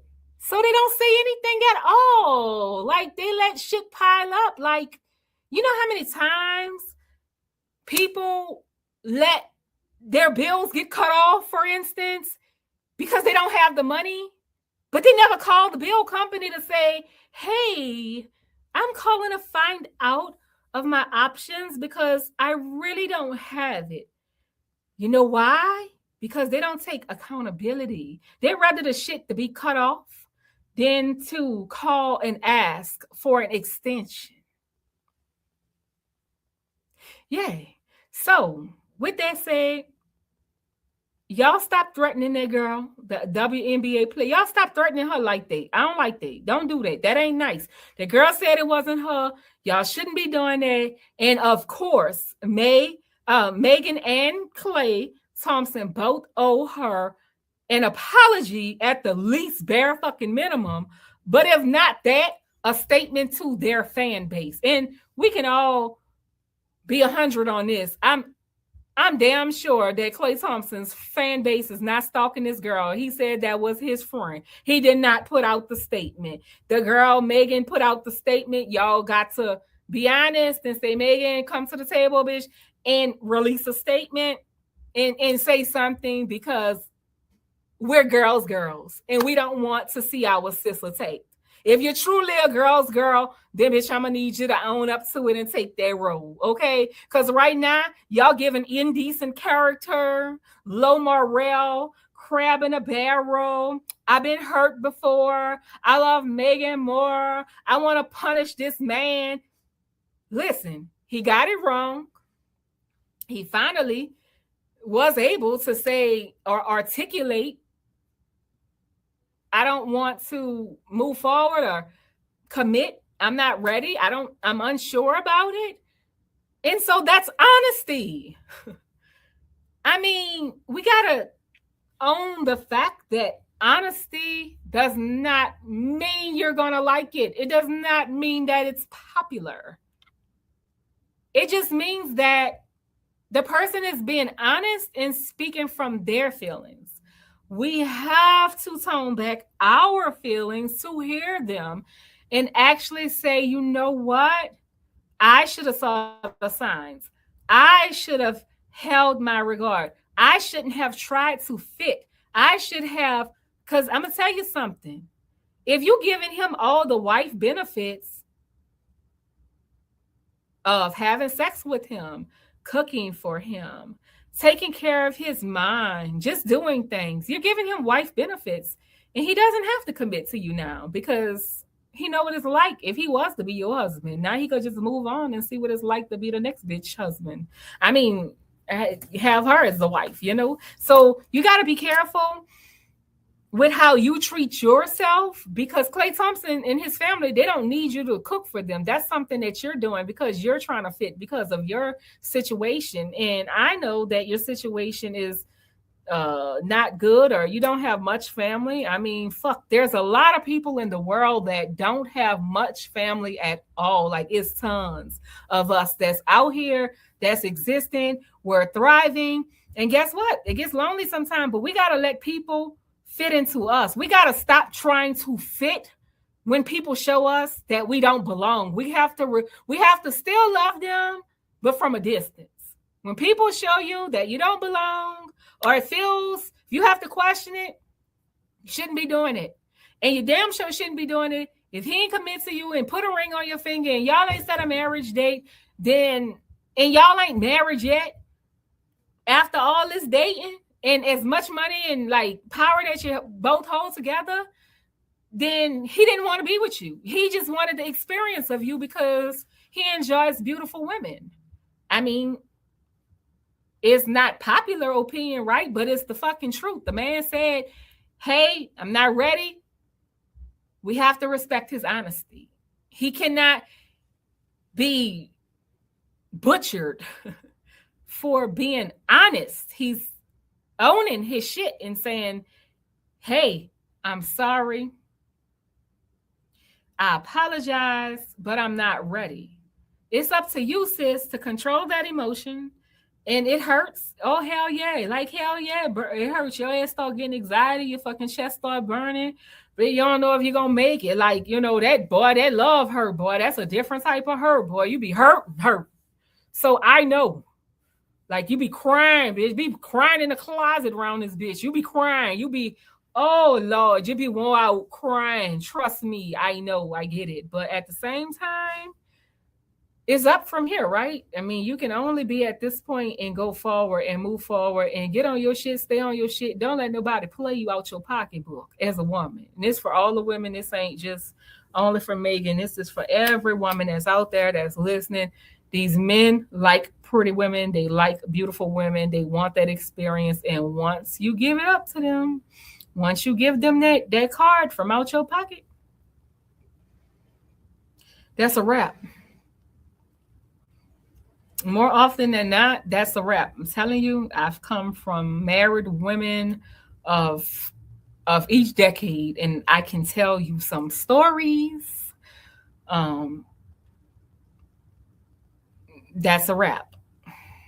You cannot make yourself fit. You cannot overbuy a man, Clarissa Shields.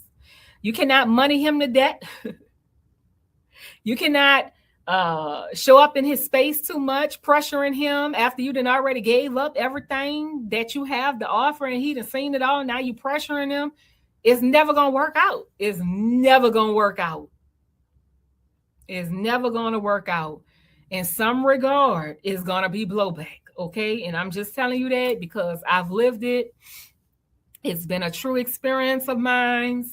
And we mean good when we want to help people out and we want to do things for them because we want to feel appreciated and we want to have that dynamic. But at the same time, you have to look at Klay Thompson and who he is. He can literally fly you to fucking Jupiter if that's what he wants to do, or Venus under the sunset on a rocket ship and have a private chef to come with y'all. Bitch, you don't have to cook like that. I'm here to tell you, you don't have to do that for these men that have money. When they want you, oh, bitch, when they want you, they gonna put their money down. And that's how you know, because men are stingy. They gonna put that money down. And how you know next is because he's gonna wait for when you're ready to give up or let him inside your pocketbook. But until then, my good sisters, make sure y'all keep on pushing back, closing that motherfucking pocketbook up, seal it, okay? Put glue on it, hot glue, and don't let nobody into your pocketbook, nobody, and make them wait the 13 months. And then you can come back and you can come back to me and we can revisit the conversation and you can say, you know what, Rena, I waited the 13 months and shit is actually going great for me. Okay, because that's what I expect you to say. I went the 13 months that you said this man seems into me because on Monday, Tuesday, Wednesday, Thursday, Friday, he knows that I am not giving him anything up. I'm not letting him go in my pocketbook on Sunday through Saturday. I'm not letting it happen, and he's still a presence in my life. Okay, but the thing is, you got to know how that presence is after the 6-month mark. We got to see this man in all seasons, summer, spring, winter, autumn, fall. Like, we got to see it, okay? We have to see how he is when you're telling him no. I don't want to cook your meals. Buy something. What? Cook? I'm not cooking that. Like, you know, when you cook, let it be something that's a second thought, maybe like a date. It's nothing wrong for cooking for your man, but if you got to bring it back to them in a fallout,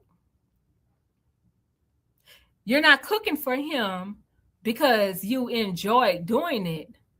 You're cooking for him in an attempt to get him to recognize the work that you're putting in, okay?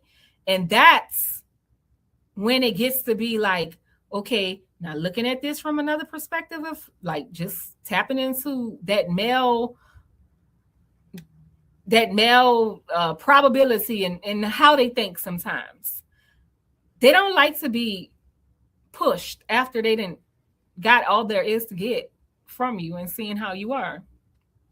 They don't like to, if they're telling you that they're focusing on basketball and it's stressful for them, bitch, you're not a therapist. You need to get it. You can send him a resource to get him some therapy, but that's not your job. Your job is to continue to focus on you. That's your job, sis. Your job is to Keep focusing on you and what stresses you out and working on yourself and developing yourself. Let him have his stress on his own, because that's another tactic that these men use that is highly manipulative. They make you feel, especially my accomplished women, they make you feel like you can do things for them that nobody else can. They make you feel like you've soothed them by giving them so they say, oh, I'm working on this. I have this basketball going on. It's just been so stressful. I need some space. Keywords for, he don't want to fuck with you like that. Keyword, I don't know if he said this early on or if he's just saying this because we haven't heard from Clay. But that right there is not an invitation for you to go and rub his back and let him in your pocketbook and let him relieve the stress on you. No. Mm-mm. He got to learn how to deal with those issues before he can even be a man to you, okay? Before you can even look at him.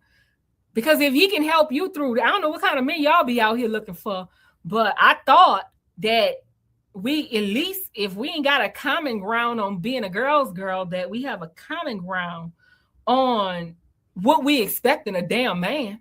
Like, I expect a man to be a leader. Like, I want you to lead me. I don't want you to tell me or don't know how to resolve issues and minor ones at they, especially if you out here with millions and you can't resolve fucking issues, boy, I'm gonna look at you like you crazy. Like, you don't know how to, how you not know how to resolve issues and you got the resources? Like, that shit right there is shaky in itself. You got the resources and your ass can't still resolve your issues. You don't know what's your problem. Boy, go talk to a therapist.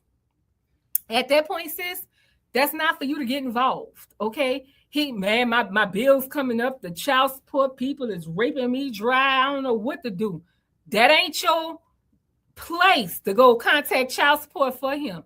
That ain't your place to pull documents for him, okay? Bitch, that is not your place. That's that man's place, okay? Because when you learn your role, okay, when you learn your role, you don't get fucked over.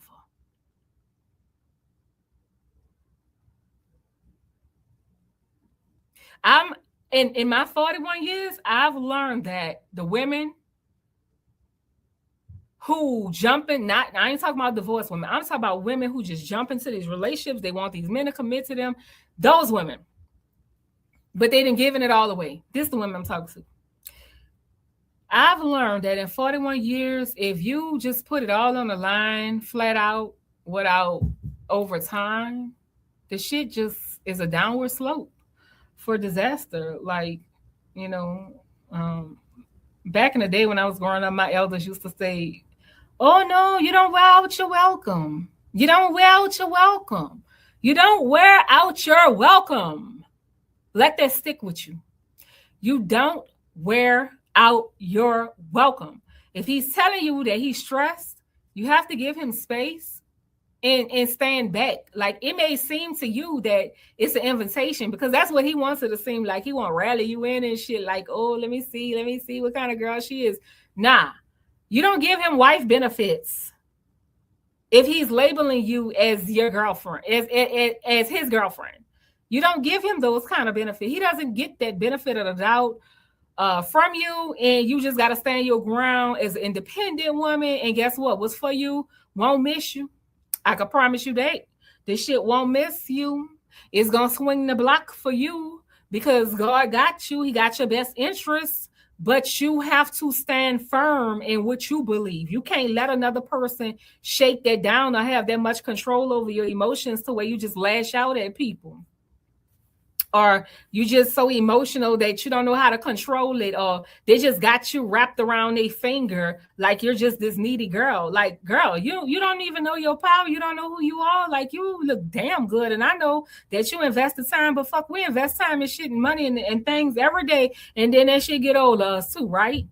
Okay, so when you look at it from that perspective, bitch, you shake back quick. Like, shake back. You're strong. You're powerful. You're a leader. You have charisma. You have stamina. You're you. You're in this case, you're Megan Thee Stallion. You know, you're that person. At the same time, you can be you and still take ownership of your bullshit and take accountability for your shortcomings. You know, if you release a statement public, but you're not respecting his opinion, it's kind of like you got out there and victim blamed, right? And I'm sure that you guys had disagreements, and that man ain't come to the internet with any of them. He hasn't said like one word about the things that he could probably talk about you, but you did that to him. So just learn, ladies, to control your emotions. Just know that, you know, some men can be manipulative. Sometimes they act like they cannot articulate the things that they want up front. And so they're secondary to you, right? You have the first due diligence on yourself and protecting yourself and protecting your livelihood and protecting your feelings, because you're popping shit, because you're that person. So don't let anyone get that close to you and know you like that until y'all have grown in some spaces and they show you that they want to be committed to you long term by literally not by actions. Putting your name on a boat, girl. Do you know how many people go get tattoos of people put it on their fucking body and they break up the next day? That ain't shit. Okay, yeah, that's nice. Okay, cool. Put my name in black and white, okay, for me. Put my name in black and white without a prenup for me. Okay, if you bout me, put me in black and white, baby. That's all I want to be in, is in black and white, and I want the ink to dry on that shit if you for me. I don't want this short-term shit, right? So thinking from that mindset, stop doing short-term shit. Think about the future. Think about your pocketbook as your safe. Like a safe you open. Don't give nobody the combination to that bitch. Close it for a long time. Okay. It's going to work in your favor. But you have to trust the process and just know that people aren't always going to be able to articulate their true feelings, because sometimes they're saving your feelings because they see your overness in everything. Your overness in everything. Your overness. Like, you're cooking for my family. I don't want to hurt your feelings. Fuck, I was gonna tell her that weekend, but I can't now. And since she did this, I'm gonna do that. Okay, and make her happy again.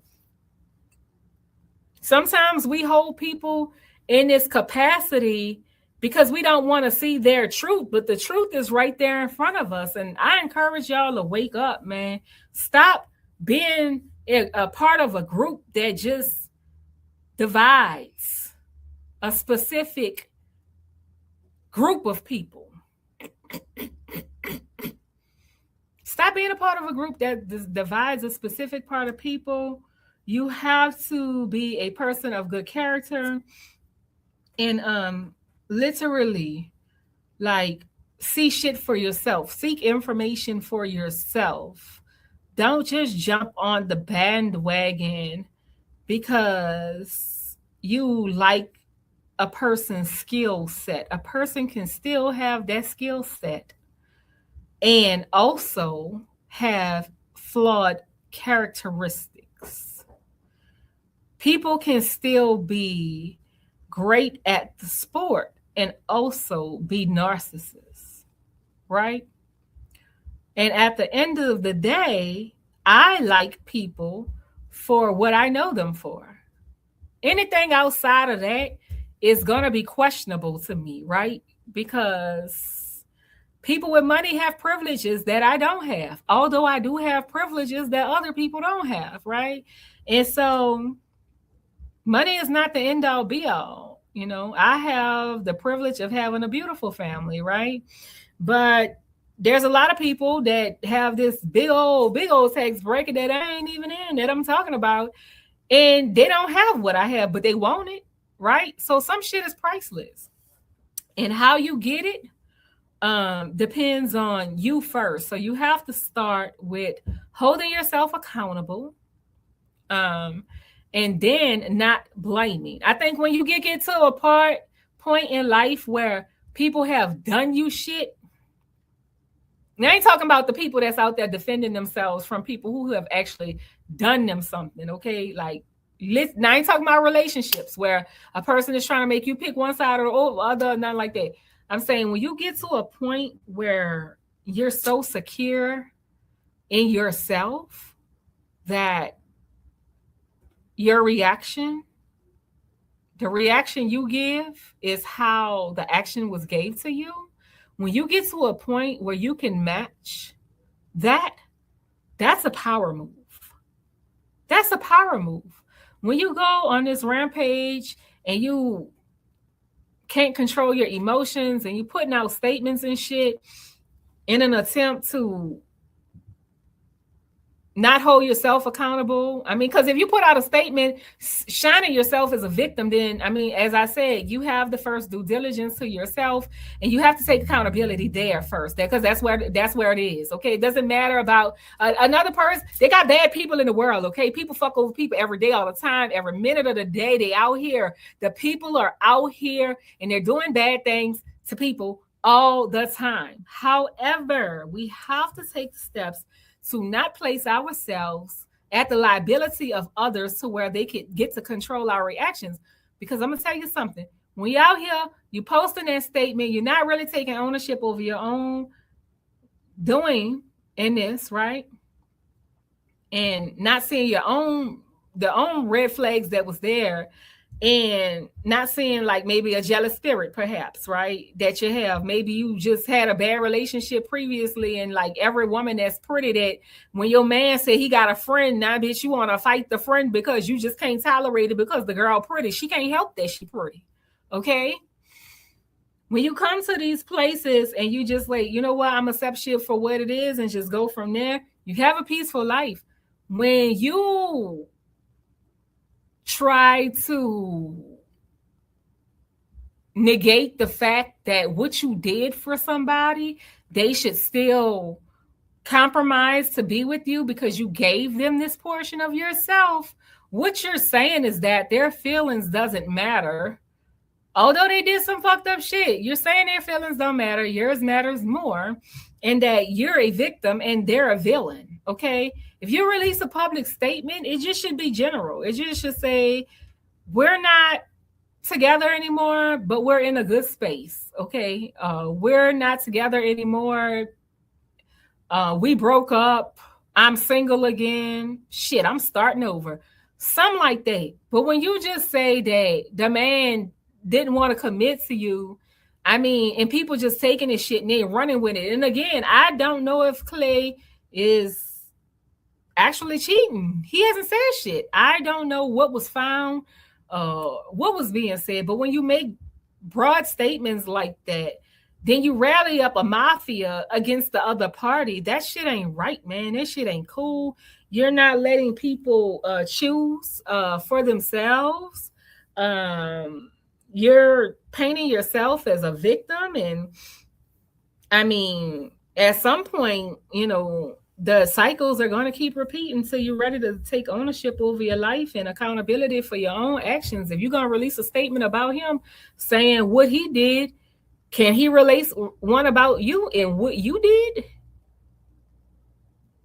I mean, would you like that? Have you not told him you're sorry this whole relationship? So that's all I'm going to hit y'all with today. I mean, I know that was a lot, but the lesson in all this is that life happens. But at the end of the day, at the end all be all, we have the first due diligence to protect ourselves. Secondly, we protect anybody that's vulnerable and that needs protection, that can't not protect themselves. Okay. And that's people of good character. That's people I like to be around. I like to be around people that just get out here in this world and they roar. Like they travel by themselves. They go to the movies by themselves. They speak at big events by themselves. Like I like them kind of people in my circle because they're independent, they're free in their thought, and they don't have a lot of influence over how they move. They live for them first. And that's the point that I'm making here. Live for you. When you live for you, everything else gonna fall naturally. If a man wants you, again, they pray and they hunt. Even the males in the forest, they pray and they hunt. And when they want you, baby, they come after you and they lay it all on the line. Like they make you know it's real. And so instead of putting your name on a boat, he should have bought you 5 boats, 2 houses. And said, baby, you my everything. You all I ever wanted. We could do it real big, bigger than you ever, whatever Drake say. Yay. Bigger than you ever done it. Yay. That's how your man's supposed to be hyping you up when he into you, regardless of y'all married or not. Your man's supposed to be doing that. And then that's how you know you could stick around. But if the flags was there and the signs were signing and you weren't picking up, then you have to do some deep work to find out, like, damn, what made me really miss those flags? Is it because, I want to be accepted? Is it because I want to start a family quick? Is it because I'm really attracted to him? I really like him. I want him to be with me and me only. I don't want him to have female friends. What is it about you that you keep running the same fucking issues after 30 years old? I mean, so, and a lot of people, I know y'all gonna come into my comments and y'all probably gonna say, well, Rena, you're male centered. I don't care how you feel. I grew up with males. All my aunties was everybody I know pretty much for the most part. I can say 97%, and it's a lot of females, a lot. I know a lot of married and divorced females. Again, divorce matters because, and widowed females, and that matters because that means that they were married, okay? And so, although I may not have lived their experiences, what we've all shared amongst ourselves, I don't have to go through the experiences to know. I learn from them. I learn from everybody else. I don't try to repeat history when I know, not unless it's good history. I'm not trying to go into something knowing that it's already been done and it hasn't worked out. Given the amount of relationships, it was revealed that Clay and both Megan been in, they honestly both need to work on themselves. Especially Clay, because he hasn't settled down, it seems, and he has a lot of exes going on over there. One night stands are different from just having a lot of long-term relationships. So, I mean, we got to be careful and know that we have to move strategically about ourselves, because everything starts with us first. Everything starts with us first. And releasing a statement like that to the public has really sparked a lot of outrage, public outrage and disgruntlement towards Clay Thompson. I don't know if that was, the real regard in that being done, like releasing that kind of statement. But it is reminiscent, is nothing short of reminiscent than of the Tory Lanez incident where he was flirting with the girl.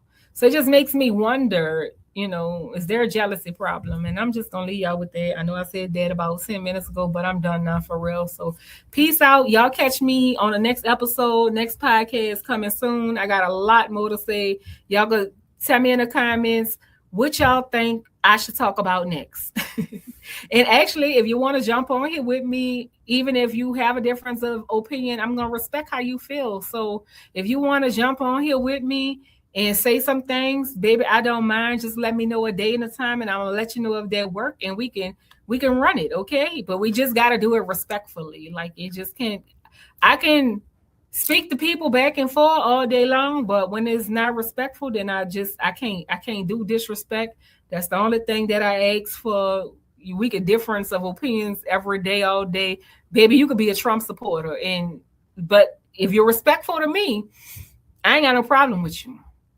I mean, I may not hang with you, but if you want to come on my podcast as a business, I don't mind that. We can talk about it. Like we can go into details and debate and have that back and forth dialogue on why you feel that way and why I feel that way. We can come to a common conclusion or a common ground. Okay. So yeah, get at me if you feel like, you want to have that talking space, and we can do the damn thing and get on here together. But until next time, y'all be easy. Peace out and catch me next time. Bye.